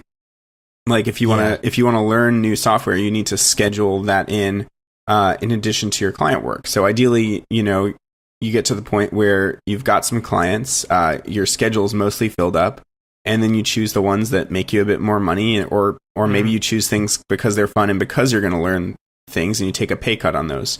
Or magically you get everything you get a perfect scenario where you're learning and making a ton of money. It doesn't happen that often, but the idea is once you've got your business rolling, you schedule in some breaks to either learn or just take a vacation or to do a passion project of some sort and keep your creative energy up, Yeah. Can we kind of define what less cool means? Like, Well, I don't know. yeah. I'm assuming that you get to do like fun stuff. Like, okay, here's an example. We do a variety of stuff for our company, and we've done some fun stuff, and we've done some pay the bills stuff.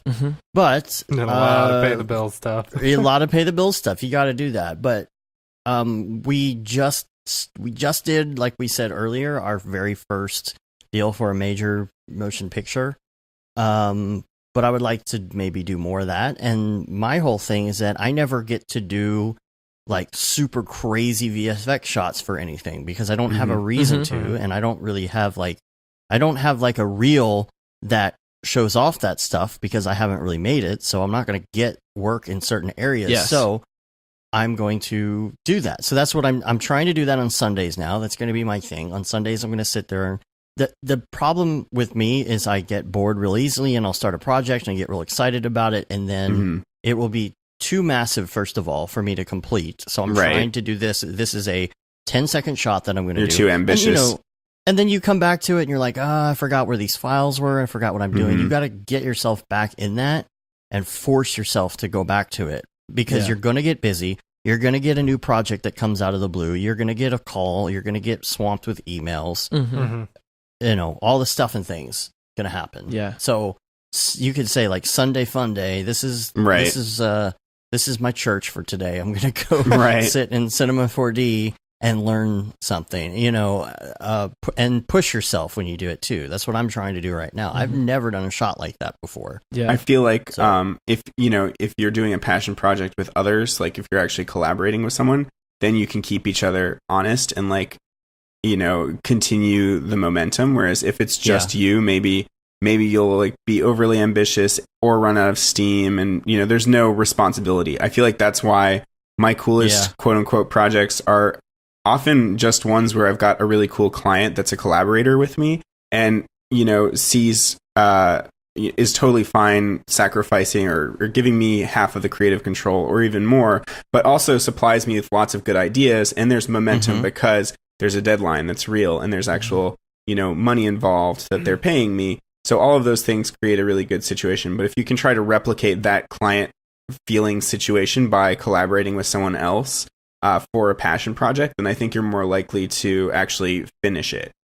I think it's really hard for people who are very technical as well to do that stuff because, like, for me, I'm like, I always say I'm 80% tech and 20% creative. Yeah. So it's really hard for me to come up with an idea. So there was one morning I was just like half asleep and waking up, and I just had this random idea. I'm going to fly a drone and do a VFX shot. I don't know where it came from, but I was like, oh man, finally, like an idea that I had that I feel like maybe I could execute in a relatively short amount of time. Yeah. And so, maybe even if it's somebody who throws an idea at you, at least to get you started, because I'm really good at taking other people's ideas and executing them.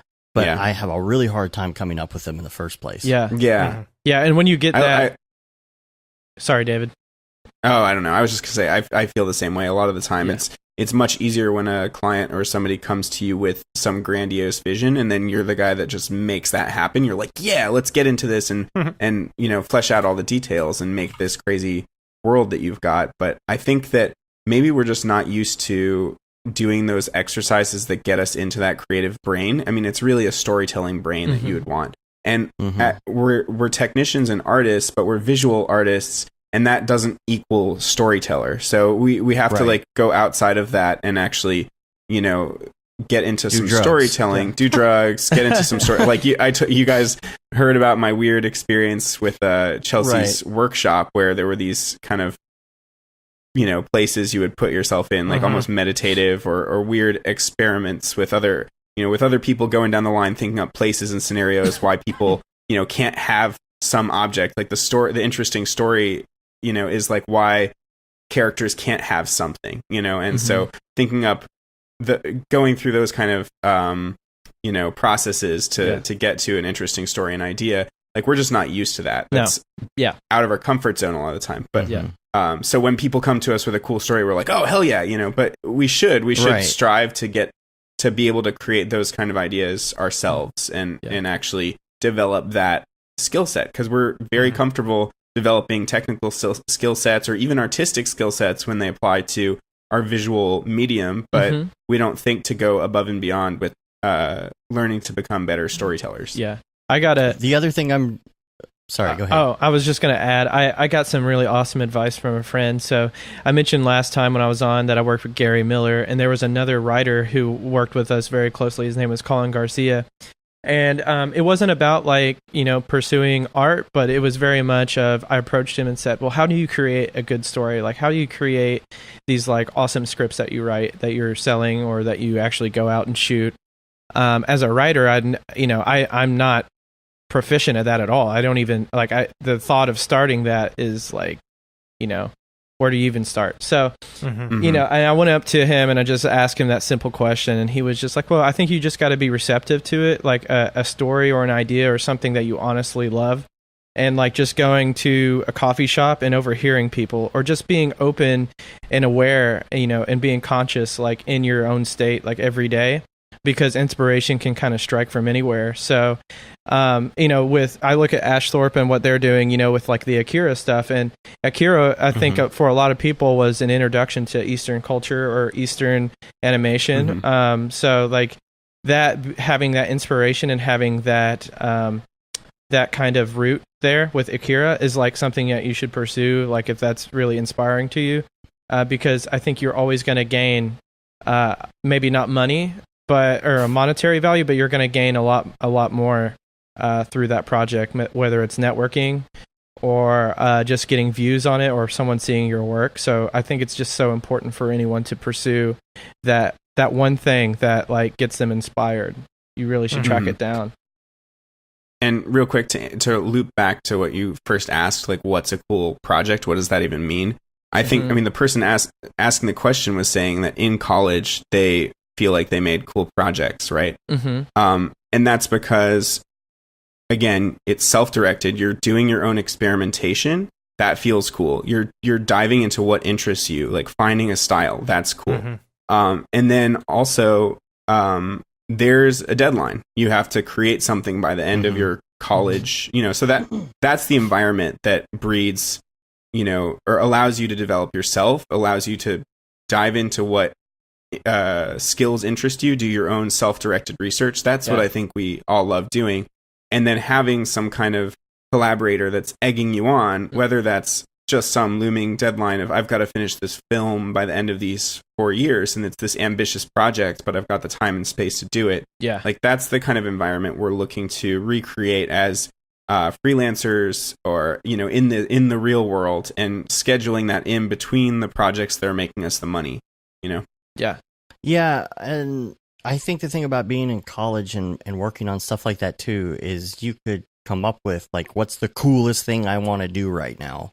And then when you're working for a client, that's not necessarily the case, right? So I could say, oh, I want to do a VFX shot, and there's like a robot, and he punches the screen and Right. Yeah. you know, there's smoke, and then I'm going to use rigging and do all this, but then the client's not going to come to you and give you the coolest thing. I mean, it depends. Like the cool job could also be working with the people that you've always wanted to work with, or the studio you've always wanted to work with, because they consistently get that style of work. Like, like Elastic contacted me recently, and I was like, oh my God, like, I can't believe you guys are even sending me an email. And unfortunately, the calendars didn't line up at the moment, but like everything they do is cool, pretty much, you know? Yeah. Yeah, it's very subjective too, right? I mean, we did a job for PricewaterhouseCoopers, and cool is very subjective in what they're trying to do. For them, it was something that was new and fresh. So it is satisfact. You do get some type of satisfaction doing something that's cool for them. You know, it may not be cool for you, but for them. So if you can, that's the other component, is if people are into it and excited about what you're creating, that gives you energy to keep going on the project. Yeah. Man, totally. It is a drag when you're dreading conference calls or dreading emails. Like if you see their email come up in your inbox, you're just like, oh man, and it just makes your stomach sink. Yeah, it's like, what's this going to be about, kind of thing, you know? Yeah, that's my life right now. Yeah, I feel you. And I think that's really important to stay focused on what's cool for them too. So that's why I was kind of saying, like, define what cool is, because if you're unhappy doing those type of projects, then try not to put them out to people to see, because you'll get the same kind of stuff, right? Mm-hmm. And Joel in the chat room says, I animated cat litter once. It was still fun because I had full ownership. Yeah. Yes, Joel, I totally agree with you, man. It is, ownership does breed satisfaction. Doesn't matter what it is. And Liam says, when Matt comes to me with new projects, man, does it get me hard. I hate you, Liam. Okay, I got another question here. Mm-hmm. This is from Blair Walker, and this is another good question. When is 3D better than practical? I have this debate all the time. Doing it in camera has prestige over CG. Laboring over stop motion adds value by saying we did it in camera. I understand being able to crow about the achievement, but is the outcome better for it? We kind of talked about this, and we talked about the whole virtual set thing and being able to do these like live sets. You know, how we killed the green screen video, all that. You know, Matt and I worked at a place where all the time, instead of like shooting something practical, it'd be like, oh, well, let's just use the green screen and we'll just build all of this stuff in CG. And we're like, that's the point where it gets annoying, is when you're taking over like for lazy decision making. Like they just want to do it later. Or you're building things that could have just existed in the real world. Like that's where it gets really annoying. Yeah. But the place where CG shines is when you're doing things that can't happen in the real world, you know? Right. Yeah. Yeah. We used to shoot stuff. It's just because they don't want to leave the building. And load up the truck and get the lights and hire the crew. Yeah. Let's just grab a couple people on the green screen real quick, and then we'll just rebuild this entire house. Right. That could have been just a house down the block from here. Yeah. Rented for and it would have looked better if it were just a house too. Oh yeah. That happens a lot here with ad agencies in Louisville, especially with like some of these big corporate jobs like GE. They'll build like a full kitchen and just like shoot, you know, shots and photography and video, and then just tear it all down and rebuild sets. And you know, for us as CG artists, we're like, well, why spend the money to do all of that? And I think it's about control for the people involved, because you have to know who you're working with. So let's say that you don't feel like you can execute this photorealistic job, then there's so many people involved with those kind of big jobs, so they're not going to feel comfortable handing that all to you, and that's going to be your thing, and they can't really fix it if it's halfway down the pipe. You know, so it's the same with, there was a stop motion that they did for Maker's Mark as well that we were talking to them about, and you know, the guys like labored over it forever, and it was a great piece for them. So it just kind of determines like the outcome, who's involved, and what's the budget, and can it be something that everyone can manage and bear the weight of the entire project across many people, or just like a small group of people that are doing CG. I've just seen that a lot in my experience. I just got a call yesterday about someone asking me they wanted to do maybe VFX for, it's this Geico ad where there's like someone that takes a selfie and then you see the selfie full screen and then a marching band bursts through the selfie, right? Yeah. And they're like, okay, well, maybe we want to do the selfie in post and have, they burst through blank paper and it's all on green screen. I'm like, why? You could just make like a printout of a big, canvas or big paper and of the selfie and have them burst through it. Yes. Like just lock in the selfie. I'm like, Yes. I'm like, deforming paper is extremely difficult to track. Right. Yeah. And then you would have to put tracking markers on the deforming paper and do all this crap in PF track. Yeah. Just to have the flexibility to change the picture when you could just freaking decide on the picture and then have them burst through the picture. You're probably going to have to go to Nuke for some of that too. Yeah. Yeah, there's a ton of stuff you'd have to use, and it's just obnoxious. It does become very trivial too. Sometimes when you're talking to clients, it's like let's not try to reinvent the wheel on any of these things. Let's not do something crazy. Let's use it for what it's best used for and its purpose. So, well, and of course, lots of clients who aren't too familiar with it will be like, well, CG is CG. We could just do CG this way or do CG this way. It's like, no, you don't understand. Like, I could make you a 5-minute animation for $1,000 or a 5-minute animation for $100,000. It really depends on what you're doing there. Yeah. Yep. So, all right, got some links and some people's people and some VR stuff I want to talk about. Cool. And then we also forgot to do Brograph recommends. Oh my god! So we're gonna get into that. How much longer is this show gonna be, Matt? Oh no! I mean, it's not good. It's not gonna be long. We lost you, David. Where'd you go? Oh, sorry. Camera. You minimized Skype, didn't you? I probably did. See, this is what it's freaking Microsoft minimizing. I was looking at the time. I'm like, it's already been almost 2 hours of recording. Yep. We are almost done. So okay. 30 minutes tops. That's where we're at. Okay. All right. Sounds good. Okay. But you don't have to tell me that. We got to tell you that. You're like, all right. Stop your gum flapping. Some of this we already talked about. We talked about Unity. I'm going to post a link. There's an X Particles sneak peek to an update to X Particles that is super awesome. And yes, it's mainly about speed. It's adding a lot of speed. I saw that. Really good. So check that out in the show notes. There was a link that somebody posted in the Slack for something called PureRef, which is a I've used that a Patreon bunch. thing. You have? Yeah. It's just really good for. Yeah, I love it. It's free, I think. And you just drop a bunch of images in there. It doesn't matter how big they are, and you can just zoom in and see them at their full resolution. Yes. And you can have it auto-organize stuff. It's really great for mood boards. It just auto lays everything out in a really attractive looking way. Yeah. So you don't have to worry about that, and you can move stuff around and scale it and make it how you want. Yeah. But also just have it lay it out for you. It's cool. One of the best features is that you can have it lay on top. So it will never be minimized or it'll never be overlaid by any other software. Yes, I like that. Yeah, I didn't know that. Yeah, when you're referencing something to you can make it always on top, which is perfect. Damn. Nice. I think it's like in a right click menu, so check it out. So that's almost like a stencil, like the idea of drawing with a stencil or something like that. Just having an overlay. Yeah, that's interesting. Or even if you wanted to just have something as like a little box in the bottom corner, just so you could remember what you're referencing. Sometimes I need that when I'm in cinema. Yeah.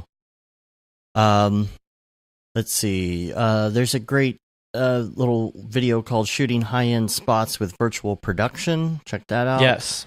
I saw that. There is, let's see, we got the new Particles update. Cornelius Damrick updated his website. Just thought I'd throw that out there. So did Beeple. Yeah. Oh, Beeple did too. On Wix. He used Wix, didn't he? Yeah. I wonder how much he got paid for that. Yeah, is that going to be a Wix commercial on YouTube Wix, for him? Yeah, exactly. I mean, I don't fucking know. My name's, I used Wix for, I don't know. I just learned Wix yesterday. See, that's actually and it was so easy. That's actually going to turn into a good thing commercial. if that happens. Yeah. There you go. Yeah. You need a website. Yeah.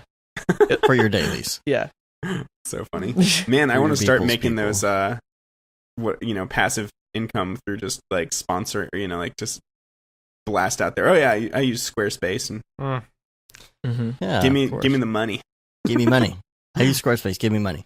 Yeah, exactly. All right. We talked about the plugin that Merc is doing. Mhm. There's a great VFX breakdown, Lost in Space. I think I got that from you, David. Mm-hmm. I think you posted that somewhere. Lost in Space VFX breakdown. Did I? David, Probably. did you Yeah. post that? I don't know. I have no idea what you're talking about. I don't know. I don't Lost know. in Lost in Space on Netflix. I thought don't you think I posted did. that. I've seen the show a little bit, but I didn't post a breakdown. Oh, that's a great breakdown. And then there is, I don't know if this might be an old plugin. It's called Flocks for After Effects, but it's the first time that I saw it. So you can do new to flocks me. of birds Oh, in that's After cool. Effects, like 3D birds too. Wow.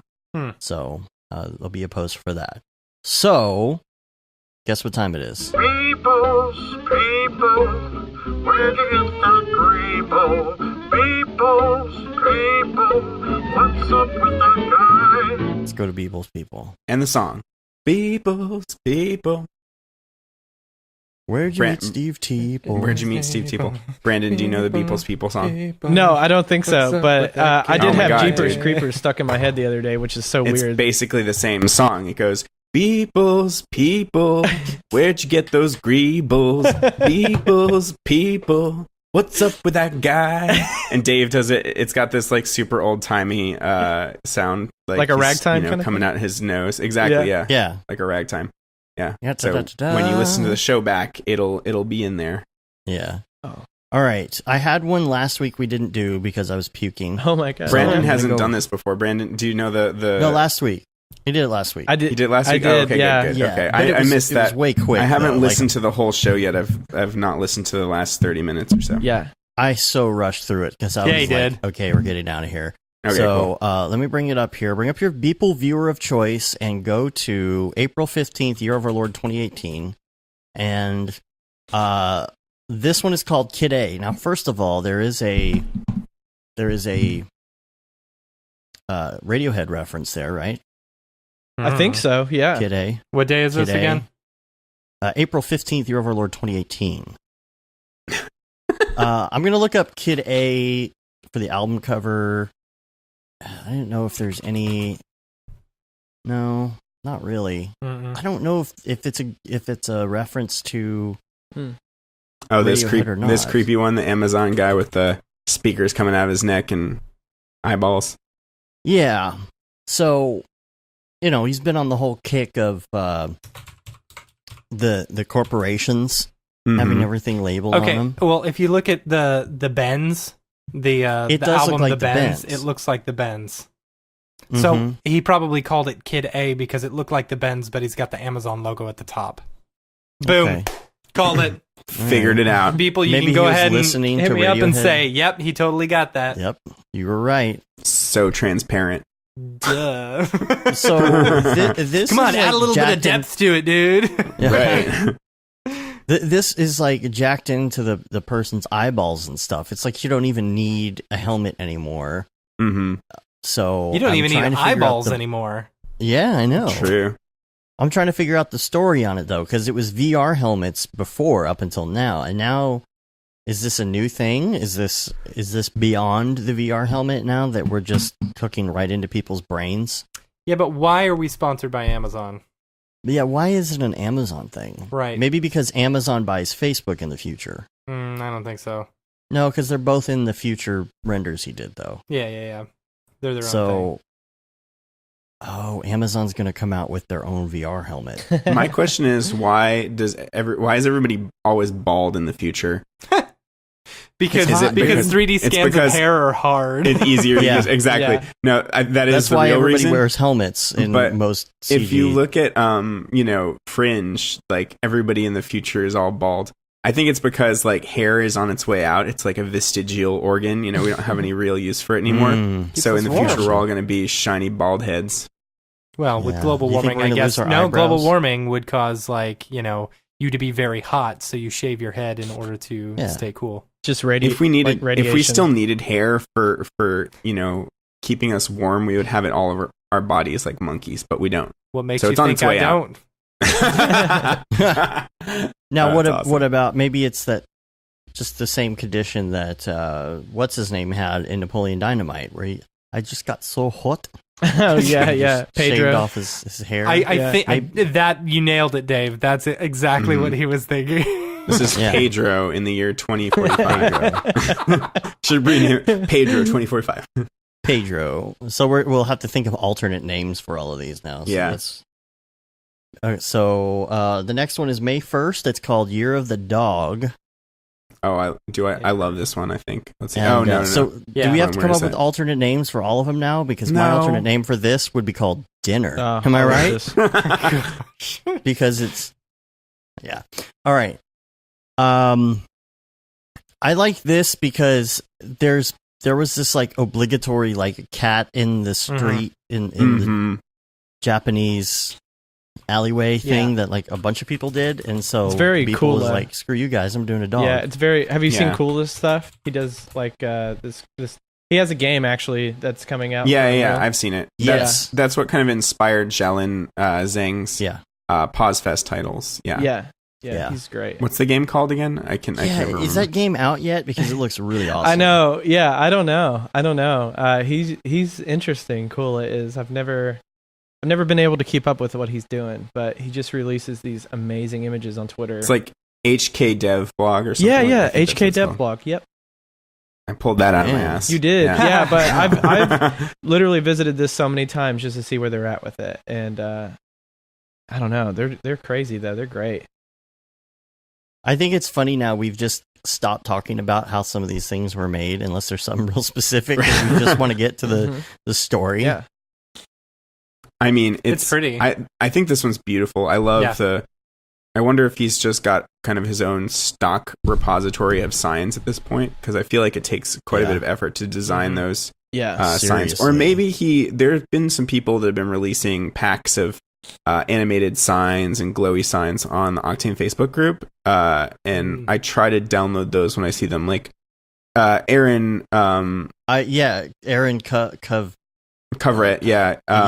did the sign thing. did the sign pack, which is awesome. But then there was some other guy that had a pack of these different Japanese and Chinese looking signs. I don't know, Yes. I know what you're talking about. and they're, like, that's a animated. good idea. You download them. What's a good idea? You download them right when they come out, which is great because I'm always like, oh, where's that thing? And I can never remember Yeah, what it yeah. I was. try to keep a big, like, I love that I've got my 8 terabyte Dropbox now. There you go. There you go. Yeah, That's awesome. it's worth It it is. to just load everything onto that, and then all 3 of my computers are synced together. And I just keep adding to my asset libraries. Yeah. Do you think this is a dog 3D scan? I'm sure it is. Yeah, I think so. Yeah. Look at the 'cause- reflection. Yeah, exactly. I mean, you could do that in Photoshop, but why would you? You know? No, when- I mean like a photogrammetry rather than a model. Mm, Probably I don't know. not. I don't think you could Hard get to a tell. dog to hold still that long. Yeah. yeah, maybe. Unless it's stuffed. I'm just kidding. Yeah, you can totally do a Stay. stuff. I'm taking all these pictures. Scan. Stay. I mean, that Stay. probably Ah. is how they do a lot of it. Like, if you know those 3D scans, like there should be a store. Like, I mean, Blank Repository obviously has got their food scans, but why not just raid some person's taxidermy collection and scan Oh, the crap out of man. a bunch of animals? Yeah. That would look really Well, good. hair is difficult to do with photogrammetry, though. That's true. But if it's like peach fuzz, like if it's just a pig or True. something, Mm-hmm. you know, That's true. Mhm. Man, somebody better get on that. We got Yeah. all the ideas, just no time All to the implement ideas. them. No time to execute. Let's go to May 2nd, Terraform Planet 1. Now, here's the thing. Now Here's here's the thing. the thing. Now, here's the thing. you know what? Terraform. This is using the exact kit bash pack that I just released some renders really? on. And I think the cool thing, if you look at my renders, I struggled a lot with this pack. I mean, it's really fun to put them together like Legos. You can create, it's Right. designed very much to, it's called Space Colony. It's designed to, as it's called Kit Bash 3D, but you get these different corridor pieces and you can make as long corridors as you want and make a very complex array of these buildings and stuff. Mhm. But because I was shooting it kind of from a high angle, all of my buildings look pretty small because I kind of wanted to feature this crater. I built this like lunar surface and tried to make a really epic looking crater, but it made the buildings look really small and insignificant, which is kind of a look unto itself if you're going for this is the first developing space colony. But I like Beeple's render a ton because he really nailed this scale and perspective. He scaled, I mean, like, you know, obviously the Beeple's people astronaut dude helps. That's what I was going to say. If you would have done that, yeah, but my renders were so far away, you wouldn't have even been able to see the individual people. I tried putting like lunar rovers in there to help sell the scale, but even those were so small that it just couldn't even tell what those were. So I like that these are down on the level of the buildings and you're looking up at them. So that definitely gives it, when you put the camera on the level of a person, you get that scale. Especially when the buildings are towering and taking up the horizon, you know? Atmosphere really helps too, because we understand helps. that. We understand lighting and when you have a large object in the distance. Yeah. Exactly. Right. And it's hazy. And I decided not to do that because the moon technically doesn't have atmosphere, but like if you're terraforming, you know, then maybe you're going to be some part into the process where you've got some thin atmosphere. So yeah, I think all those decisions are really cool. But you're missing the thing here, that there's a beepleception going on with this one. Oh yeah. Well, I don't like, the one thing I don't like about this is that the background, the spherical model here, it's duplicated in the background, and the one in the background is much larger. So I feel like that kind of makes the scale feel a bit weird. Like I feel like I want to see a different building, or if you've got two of the same building, then you don't want them to be vastly different scales, if that makes sense. Yeah. Well, yes, but what were you going to say? Terraform Planet 1. Yes. This goes into our story. Up on it yet, David. I'm pretty sure this is our story. He actually did a real, an actual render for our story. Because we've been talking about the terraforming for so long. I know, but perception is happening. But he's been on that. But you guys were just right that he was on that terraforming maybe track. I mean, maybe he's adopting your story, and you guys can give yourself a pat on the back. That's what I'm hoping. And think that you're way more important than you are. I'm just kidding. Well, he did the other one, the with the circle window that said a new home. The other day too, so we're like, and also if you look at the next one, you got the next one, Dave? Which one is that? Emoji bomb. May 3rd. Did you come up with emoji bomb? Yeah, I'm pretty sure we came up with emoji bomb. You did? I did. I don't remember. I don't remember that. This is the podcast of taking credit for all of people's ideas. Weapons of mass emojis. I love it. I don't want to be influencing his story too much. Right. That's the thing. Well, see, the emoji warfare. Remember emoji warfare? What we were talking about? We were like, maybe it's like an emoji bomb, and stuff like that. We joked around about that, but maybe it was the whole time, and we were just, whatever. It was, the emoji was Brad Pitt the whole time. If there's the one emoji thing was dead the whole time. I think there's at very least one render that we can say we contributed to, and that's the one where he was on the podcast with us and Bros, and then we got framed prints of it. I love it. Yeah, I like what he did with the scratches on this one though. The emoji, May 3rd. Yeah. Yeah, that's pretty cool. Now, did the emoji kill these people? Oh yeah. Yeah. Oh, wow. Because you can like see the holy hand grenade. The thing is coming from the center of the emoji. So it's coming from inside the emoji. I love those skulls. I wonder where he got those models. Yeah. They're really cool. I mean, I guess it's not that hard to find 3D scans of skulls, but there's some other bones in there. It's pretty cool. Yeah, I dig it. What about the smoke and the I think clouds? That's added. I think some of the smoke is added in post. Looks like to me like he photoshopped some of that in there.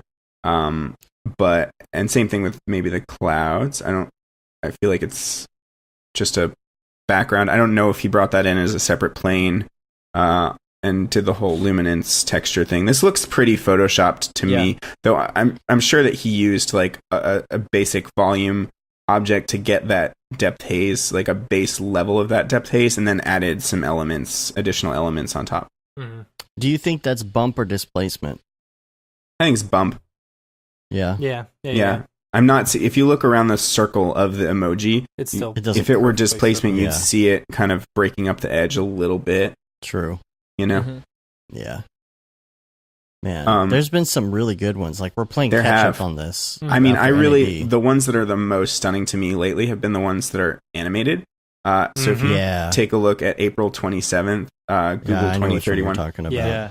That was That our one's last week, incredible. wasn't it? Or 2 weeks ago. No, we didn't end up doing this one. We didn't. No. Oh, well, that one was gorgeous. Mhm. Yeah. Yeah, Super that's really gorgeous, cool. and that dude's got like a robotic. Yeah, the prosthetic kind of limb robotic is leg. awesome. Yeah, it's badass. Yeah. And I love obviously the dynamics of the chain or the whatever you call it, the tubes Mhm. dragging is amazing. I like the telephone poles too. I'm obsessed with telephone poles and electrical wires and stuff for some reason. Yeah. Where are you seeing telephone poles? Oh, you're looking at a different one. You're looking at the other animated Oh. one, which actually I think is even more incredible. The Oh, which one were replicate- you looking at? I was Wait a looking minute. at Google 2031, which The guy is walking. Gotcha. April 27th. Okay. The guy walking. Yeah, Yeah. we didn't do either of these. There you go. That's the one I was looking at. So But yeah. Google is doing a new Android.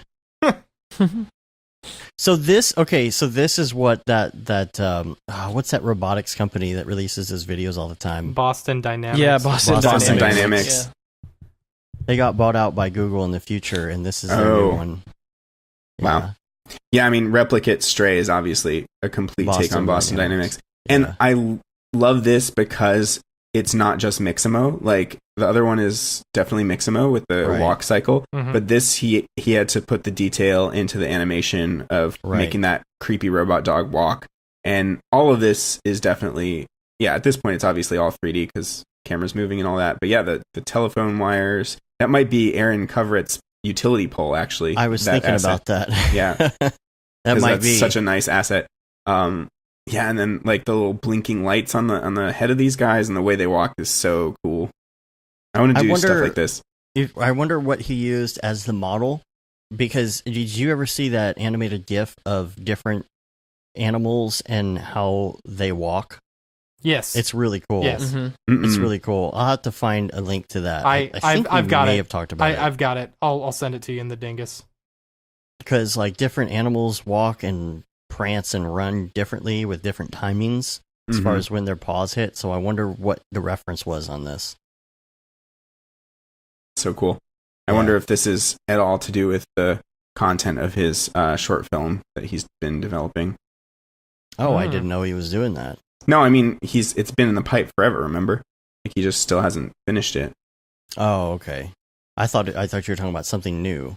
Mm-hmm. But yeah, and I really Mhm. like the still version of this as well. With the it has a little bit more light on the front.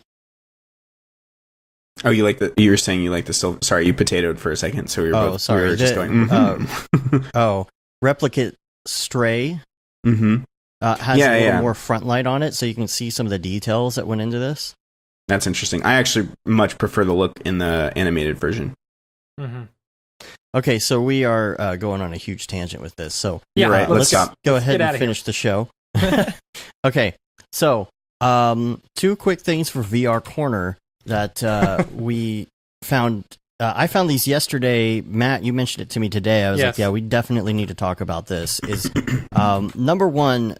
And here's another link I forgot about that I was going to do last week. Is the Vive SDKs for the Vive Pro front-facing cameras Mm-hmm. are out. That's just there's a link. Whatever. We don't have to talk about that. But the Oculus hand tracking stuff is Super cool. Mhm. really cool. They're like hand tracking without any sort of controller in your hand. And so my immediate Yeah, question that was like, in oh, the are they gonna Void. get- They Are they used going to that. get rid of controllers, or I mean, Wait, so they do used you- hand trackers in the Void? Yeah, remember? I think I told you Yeah. that it tracked Yeah. your hand without having a controller. It was not that good, but it was Mhm. impressive. Yeah. Like that was the one part of the experience that kind of fell a little flat for me. Just in that the tracking was not there yet, but it's Uh-huh. really cool. I had no idea how they were doing it, so it was fascinating for that. And it even sensed your fingers, like Chelsea flipped me the bird, and it worked. Yeah, it was funny. But the Oculus hand tracking, they say they've hit like this breakthrough in their hand tracking technology.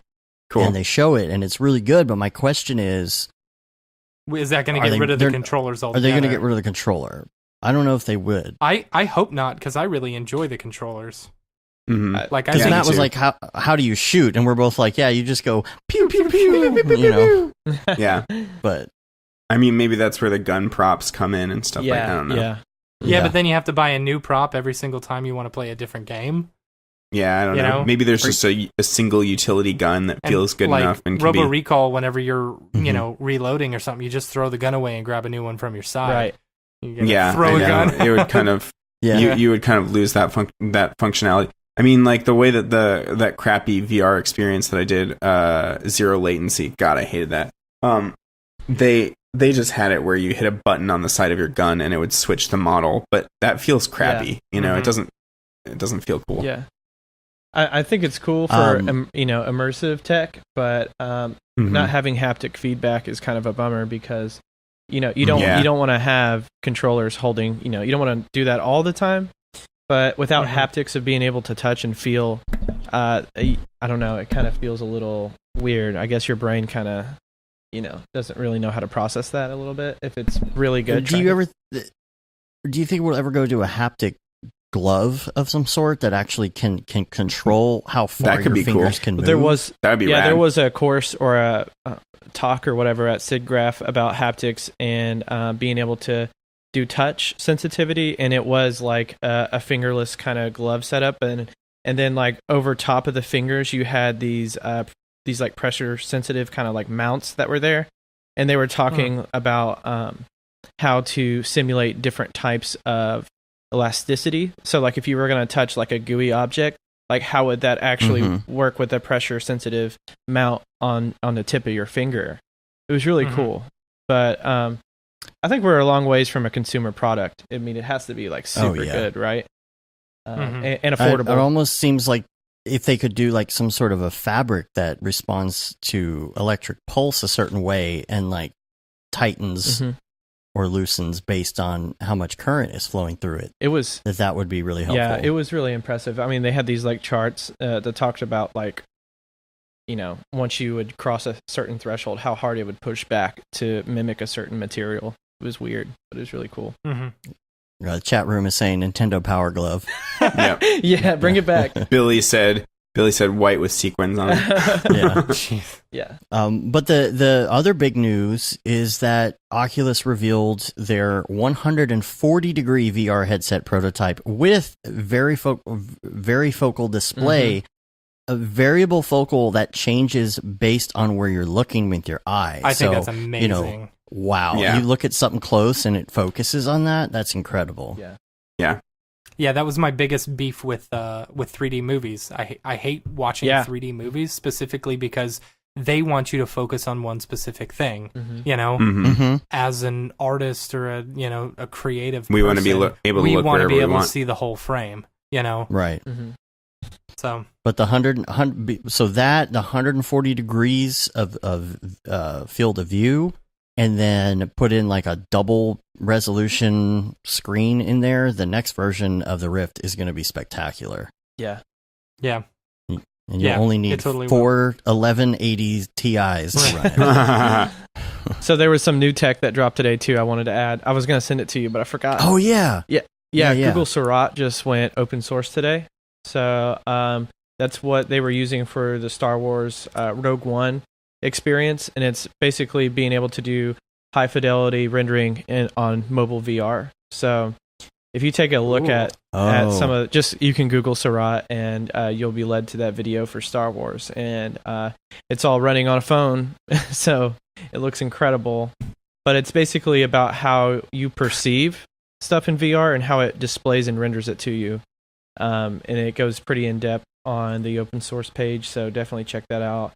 And I hope that gets implemented into Unity in some form or fashion to bring that over. So yeah, there's a GitHub link and everything there. So yeah. Oh, it is in Unity. Yeah. See, There's I a- can see that being more useful in AR, like the up and coming AR stuff Yeah. as well, because it's going to be implemented with your phone somehow. Yeah. It's all about how you perceive it and which way you're looking and like how you're looking and what level and like how it renders it back to you. It's really Mhm. weird. It doesn't render anything that you can't see, so it's like highly efficient. There's a screenshot here in Unity with it. So So it's like peripheral vision for rendering. it's all about. So Seurat was like a surrealist painter, I believe. So I think that's where they got the name. So it's all about how you're looking. So it Seurat works by taking renders of an environment from a bunch of different angles and positions, and then mapping them onto a low polygon VR scene that you can move around. So yeah, okay. the processor is always like something we're having to think about when you're doing mobile projects, because you can't overload it with too many things in your scene. So this is pretty crazy, but it's about to hit the Daydream. I think the next big Daydream update. I'm Cool. trying to find okay, here's one. I'm just trying to find one. You type in his name, Mm-hmm. and then you get like every other painter ever. Yeah, So- yeah. It's all about like how you look at it in his paintings and stuff. That's kind of what they were trying to stem off of with the name of this technology. I So gotcha. it's pretty cool. It looks amazing. All right, well, I think we are almost ready to go. Real quick, though, I wanted to do your Brograph recommends, and we're gonna get out of Mhm. here. So real quick, we're gonna do this like speed style, so because I know everybody's got stuff to do. So we are going to ask you some of your favorites, and we want to get your feedback on what those are. So number one, favorite T2. movie. Terminator 2 Nice. Judgment Day. Good. Forever. That's a good No choice. hesitation. Dude, I mean, just watch it back Nice. and then tell me I'm not right. No, I totally agree. Anytime it's on TV, gotta watch it. Dude, it's Like, amazing. it doesn't matter. You just stop and you have to watch that movie. The aesthetic, just everything they chose to do in that movie is Mhm. just so good. Like, It's a perfect movie. yeah, and Yes. shows off the power of CG and storytelling, as Cameron always Mhm. does. Which is Mhm. why my Mhm. business is named GlassHand, because the Outer Limits episode that inspired Cameron to do T2, it was the Mhm. demon with the glass hand. So that's why I chose to name Nice. it Glass Hand. Cool. Yeah. Sweet. T2 boy. Favorite music. Okay. Favorite music? I'm music. very eclectic with music. I listen to country, rap, hip hop, rock, metal, everything. So I would think living in Louisville, you would. yeah, it's a weird city. I Louisville. mean, everyone's like, keep Louisville. Louisville weird. So yeah, in Louisville, there's everything here. Lately, I'm listening to Post Malone's new stuff, Beer Bonks and Bentleys. I've been waiting for that for a long time. He's been teasing it, and then he dropped it, and I dig it. Twista, I mean, he's like one of my favorite rappers back in the '90s, and then metal and stuff. Under Oath just put out a new album that I've been really into, so I followed those guys for a very long time. Childish Gambino. Childish Gambino. Whatever. Yeah, so Do you like Kendrick I Lamar? love Kendrick Lamar. Yeah, who doesn't? Yeah. And The Mhm. Weeknd. Matt. I, if I get into some R&B, I love The The Weeknd. Weekend, yeah. You Yeah. know, Daft Punk. It like got me kind of, and Dead Mouse, of course, got me into EDM. And Avicii, who just passed away. That's sad. So, Mhm. but- You should check out Madian. Madian, Madian's good. awesome. Really good. Love that album. Yeah. Favorite TV show? My God, there's so many good TV shows. Mhm. Oh my goodness. Right now, what's your favorite? Well, oh gosh, I don't know. I mean, Breaking Bad, obviously that like changed. Right. That changed like cable networking and stuff for the better, Mhm. and started raising the bar on quality for those cable networks. Mhm. So gotta love Breaking Bad. Oh my gosh, I'm gonna hate myself later because there's so many good shows. Yeah, you will. Yeah, I mean all the Netflix stuff, of course. Stranger Things, like, kind of revitalized the '80s vibe into pop culture Uh-huh. and mainstream. So got to give that its due, because I mean '80s stuff is amazing and gotta love that. Favorite Favorite podcast, Brograph. Favorite podcast. Yeah. Anything else? Leave that off. We need to leave that off from now on because everyone just says Brograph. Everyone just says that. Yeah. I watch else? a lot of YouTube stuff. Stuff that's kind of like outer rim of like what we're into, like video game stuff. Got to keep up with all of that. And then Ashthorpe, the collective podcast. When they do stuff, it's fun. I listen to Matt Workman's stuff a lot when he was doing his podcasts. And definitely just like watch his YouTube videos. So I think I love podcasts. Oh, also, what was the one where people come up and tell their stories? It was oh my gosh, what is? Oh, I heard about that, but I've never heard it. What, This American Life or something? No, it's on like NPR and stuff a lot. Oh my. Oh, they go door to door, right? They go to someone's door randomly, and then they just ask them to tell their story. No, it's like or is that a TV show? It's where they go to the Moth. Thank you. Yes, the Moth. Billy got it. Okay, the Moth. Everyone, if you haven't listened to the Moth, there's this one amazing story that you have to listen to. It's so emotional, it like almost makes me cry every time I listen to it. But it's about the Jazz Soul on Top. Just Google the Moth Soul on Top. It's amazing. It's incredible. You just gotta listen to it. It's like the best story ever. All right. Sweet. And then come back and tell me what you thought about it. This one should be interesting to hear from you. What is your favorite plugin? Oh my gosh, favorite plugin out of all the different softwares? All the plugins. Oh my that gosh. you use. What would be your favorite? Hmm.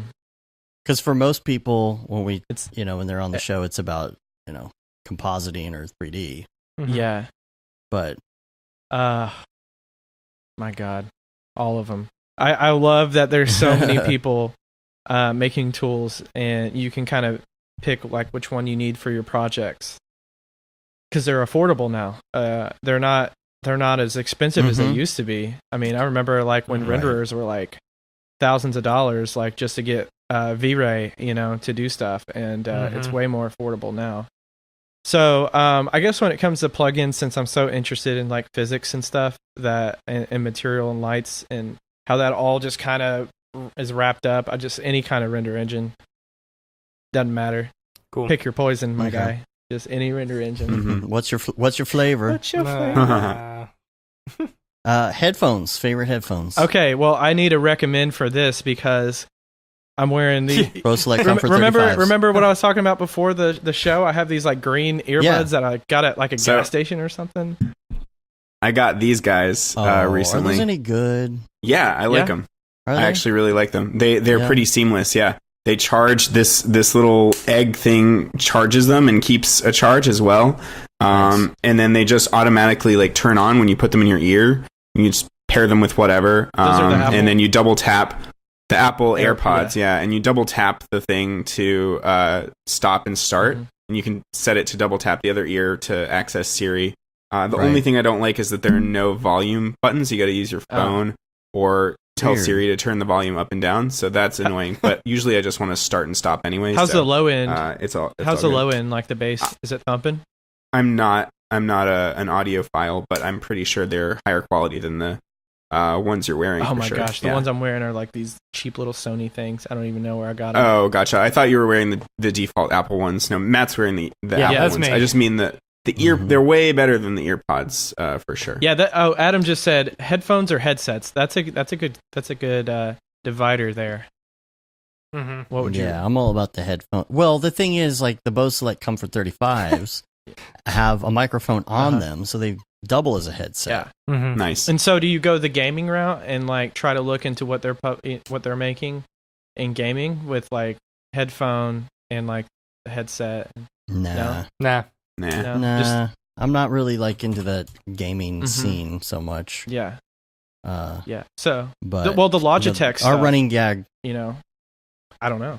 Logitech, the headsets with the microphones on them and stuff. Yeah. That's what you see on Twitch all the time, right? Yeah, exactly.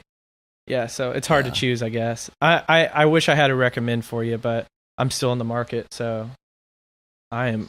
Bose Select Comfort 35s. Okay, nice. Says it every time. Nice. It's our running gag on this show. Yeah. Because we love them so much. I think we've gotten a lot of people to purchase them. So my other favorite thing about the AirPods is that you can charge your phone and listen to stuff at the same time. Yeah, that's nice. Oh, nice. Like the good old days. Like the good old days. Yeah. What is your favorite website or Chrome extension? Chrome extension for sure is Honey. Have you ever heard of this? Mm-mm. Have Okay, not. so for all you guys Is out this there, the one that saves you money? oh yeah, saves you money. It's gonna scour the internet, get you coupons, and even for Amazon, whatever you have in your Oh. cart, it will go ahead and populate coupons that have been used recently. And it's pretty nice, you know. I like saving money. It's pretty cool. Who doesn't? Yeah. Yeah. I Well, think that's that was cool. like I'm one of adding the it right now. advertisements that they use. A line in the advertisement. I like saving money. Yeah, like saving money. I like to save Don't money. you? Do you like saving Honey money? saves you money. Yeah, it's like a rhetorical Nail. question. Kind? Mail kind. Favorite website? Well, it was either or, but if you do have a favorite website offhand. I frequently just check software that I use on a day-to-day basis. So, like, I always refresh, like, the Redshift page, the Octane forums. You know, Yeah. I actually, the way I use Facebook and the way I use social media, I enjoy it. I think people who use it in other destructive ways are not appreciating it as much as I do. But if you're not vain and you use social media, it can be powerful to reach out and connect people. So Yeah. yeah, Absolutely. so I couldn't like ignore any of the social media stuff because it's great for me. Mhm. I hope it's great for And everyone lastly, else too. This is the tough one, or You know it's an easy one. Here's the thing. Mhm. I'm going to stop you before you say this, Dave, because like Amy has brought this up, and no Okay. one ever People has need an time. answer for this. People need For time. life hack? Yeah, people That's need the time. problem. So she actually had the idea that we should change it to favorite, or like either favorite book or book you're currently reading. Hmm. Okay, How about this? Do it this I way. like this I'm question. gonna say the life I'm- hack question is no, good. I All right. have an Yeah, answer. okay, I have an here's- answer. Okay, all right. So when I was in, this is like everyone probably had done this at some point. But when I was in college and I didn't have a speaker for like just home entertainment, I would save like the toilet paper rolls, or I'd save the paper towel rolls, and I'd put it on my phone, like cut a little hole and put it on my phone. So Yeah. when I get in the shower, I could like jam to some music. And it sounded like 1920s, 1930s. Yeah, ragtime. Yeah, I like the ragtime Yeah, stuff. yeah, totally. But you know, when you're on a budget, you do what you can. That's cool. Wait, That how works. does it work? Can you It explain this one more time? amplifies the sound inside the little Yeah. tube. Since So you since take it's the enclosed. tube, right, and you Oh, yeah, stick yeah, your okay. phone in Yeah. there, and then it amplifies it. Yeah, That's hilarious. It's like when you yell into a paper towel roll when you're a kid, Yeah. or when you're an adult. yeah, I do it all you the know, time, yeah. man. If there's a paper still do towel it. roll around, I'm like megaphoning like around the house. Yeah, I'm childish, but favorite book or book that I'm reading, is that the extension to that? Sure.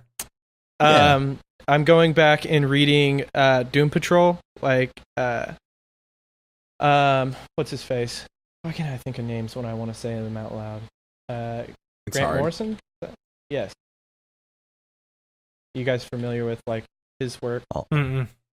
All the grants. Yeah. Too many grants. Grant Morrison's like Too many he's grants. an Irish writer, and he's like super famous in the comics industry. And he pretty much revitalized Doom Patrol. So if you're not familiar with Doom Patrol, it's like a really old DC ragtag group of people, and it's super weird and super funky. And if you like that stuff that's like mind bending, check out Doom Patrol, because it's probably one of my favorite comics ever written. Everyone talks about what's the one that Zack Snyder ruined?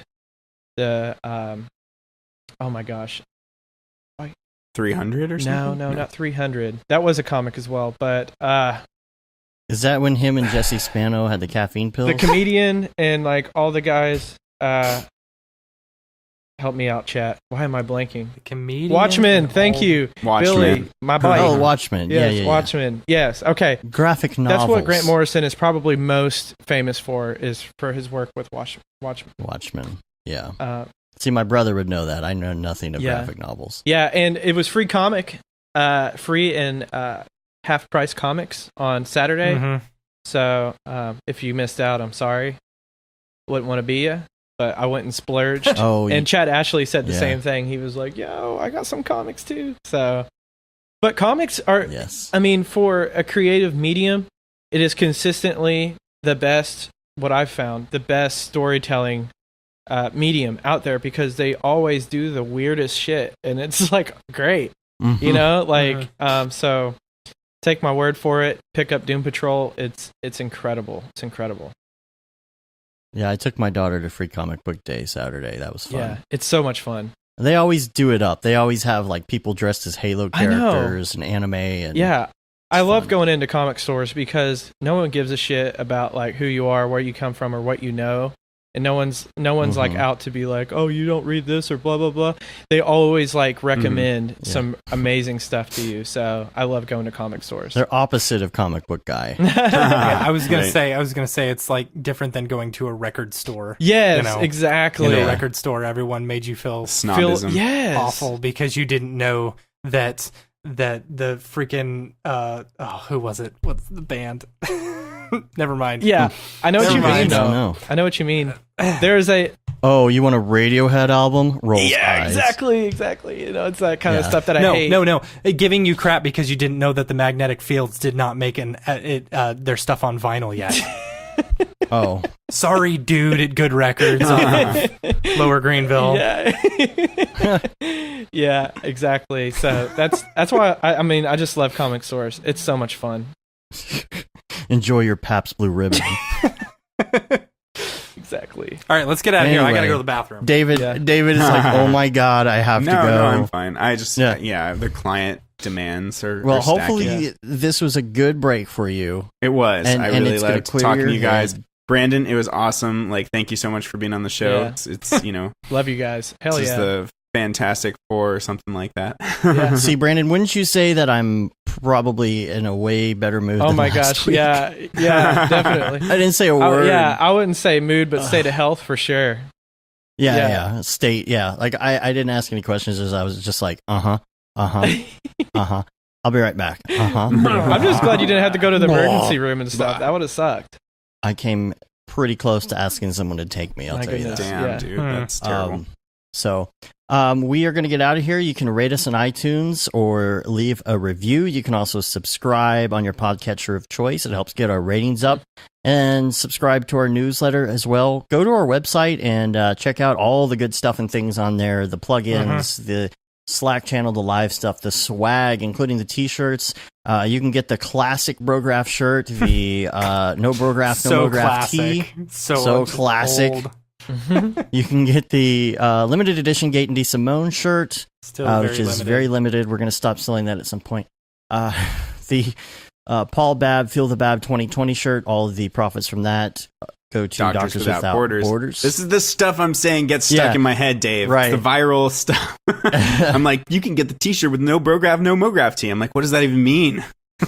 And then, the Render Things shirt, or hoodie. You can get that on here too, or you can just search for them on Amazon and it'll come up. Make sure that you are on the authentic Brograph Amazon account and not the ripoffs that steal our shirts and take the logos from them and blow them up all pixelated and put them on their own shirt. Because I've had to work with Amazon to get those removed, unfortunately. Check out all the good stuff and things. We'll see you on the Slack. We're on Facebook, Twitter, Twitch, Periscope, Instagram, of course, YouTube, and Brograph.com.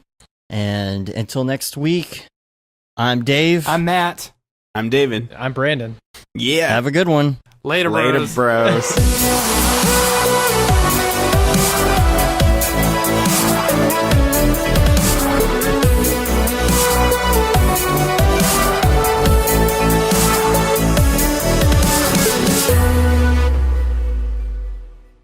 It's pretty good, I guess. Brograph.com, an online resource for learning Cinema 4D, After Effects, and other motion graphics tools, specifically catered to help you prevail as a motion graphic designer. What's up, bros? Welcome to another Brograph motion graphics tutorial. With tutorials, plugins, and now a podcast with tens of thousands of listeners worldwide. Yeah, it's a great community to be part of. We give you professional time-saving tips, industry news, interviews, shortcuts, and lessons that help keep you current in the world of motion design. Go into HDR Studio, take the render settings, pick the HDR, put in a reflection, and gorgeous. I love projects that scare me. When our art director comes to us and asks for something that I had never done before, man, it gets me pumped. Our weekly long-form podcast will give you the latest news, help you in your file management, hardware configuration, and client relations. Learn about the latest render engines, modeling techniques, and workflow integration while staying entertained. Real nice banana. Ah, that's so funny. All right. I'm going to live forever. Our Brograph talks are a chance to see the way industry leaders from around the globe are changing the face of motion design. Sometimes you got to make stuff that you're not going to put on your reel, and I'm not here to judge. The podcast and talks include people like Beeple, Barton Damer, Nick Campbell, Andrew Kramer, David Ariev, Chad Ashley, Paul Babb, EJ Hassenfrost, Mitch Myers, Chris Schmidt, Jules Urbach, Cornelius Dammert, David Brodeur, Andy Needham, Caitlin Kaju, Zubair Parker, Noseman, Ryan Bean, Casey Hupke, Nick Lyons, Sage, Joey Korenman, Jeremy Cox, Rick Barrett, John Dickinson, Matthias Omatola, Patrick Goski, Brandon Clements, Steve Teeple, Tom Glimpse, Patrick Longstrom, Julia Simone, Devin Coe, Al Heck, and even Deadmau5. You get that render done. Yeah, you better frame what? Our Brograph breakdowns go behind the projects and give you an insight on what it's like to manage and maintain your own personal business or work for a large company. Join us for live sessions, check out our useful plugins, watch time-lapse projects, interact with us, and send us email questions and topic ideas. Or just hit the Rando Render button and do an imaginative daily that'll keep you on your toes. Take all your dreams and let's do it! Subscribe today and get automatic updates on the latest tutorials, tricks, tips, and inspiration brought to you by industry professionals Dave Koss and Matt Milstead. We don't care how you get here, folks. Just get here. Subscribe now to Brograph Tutorials.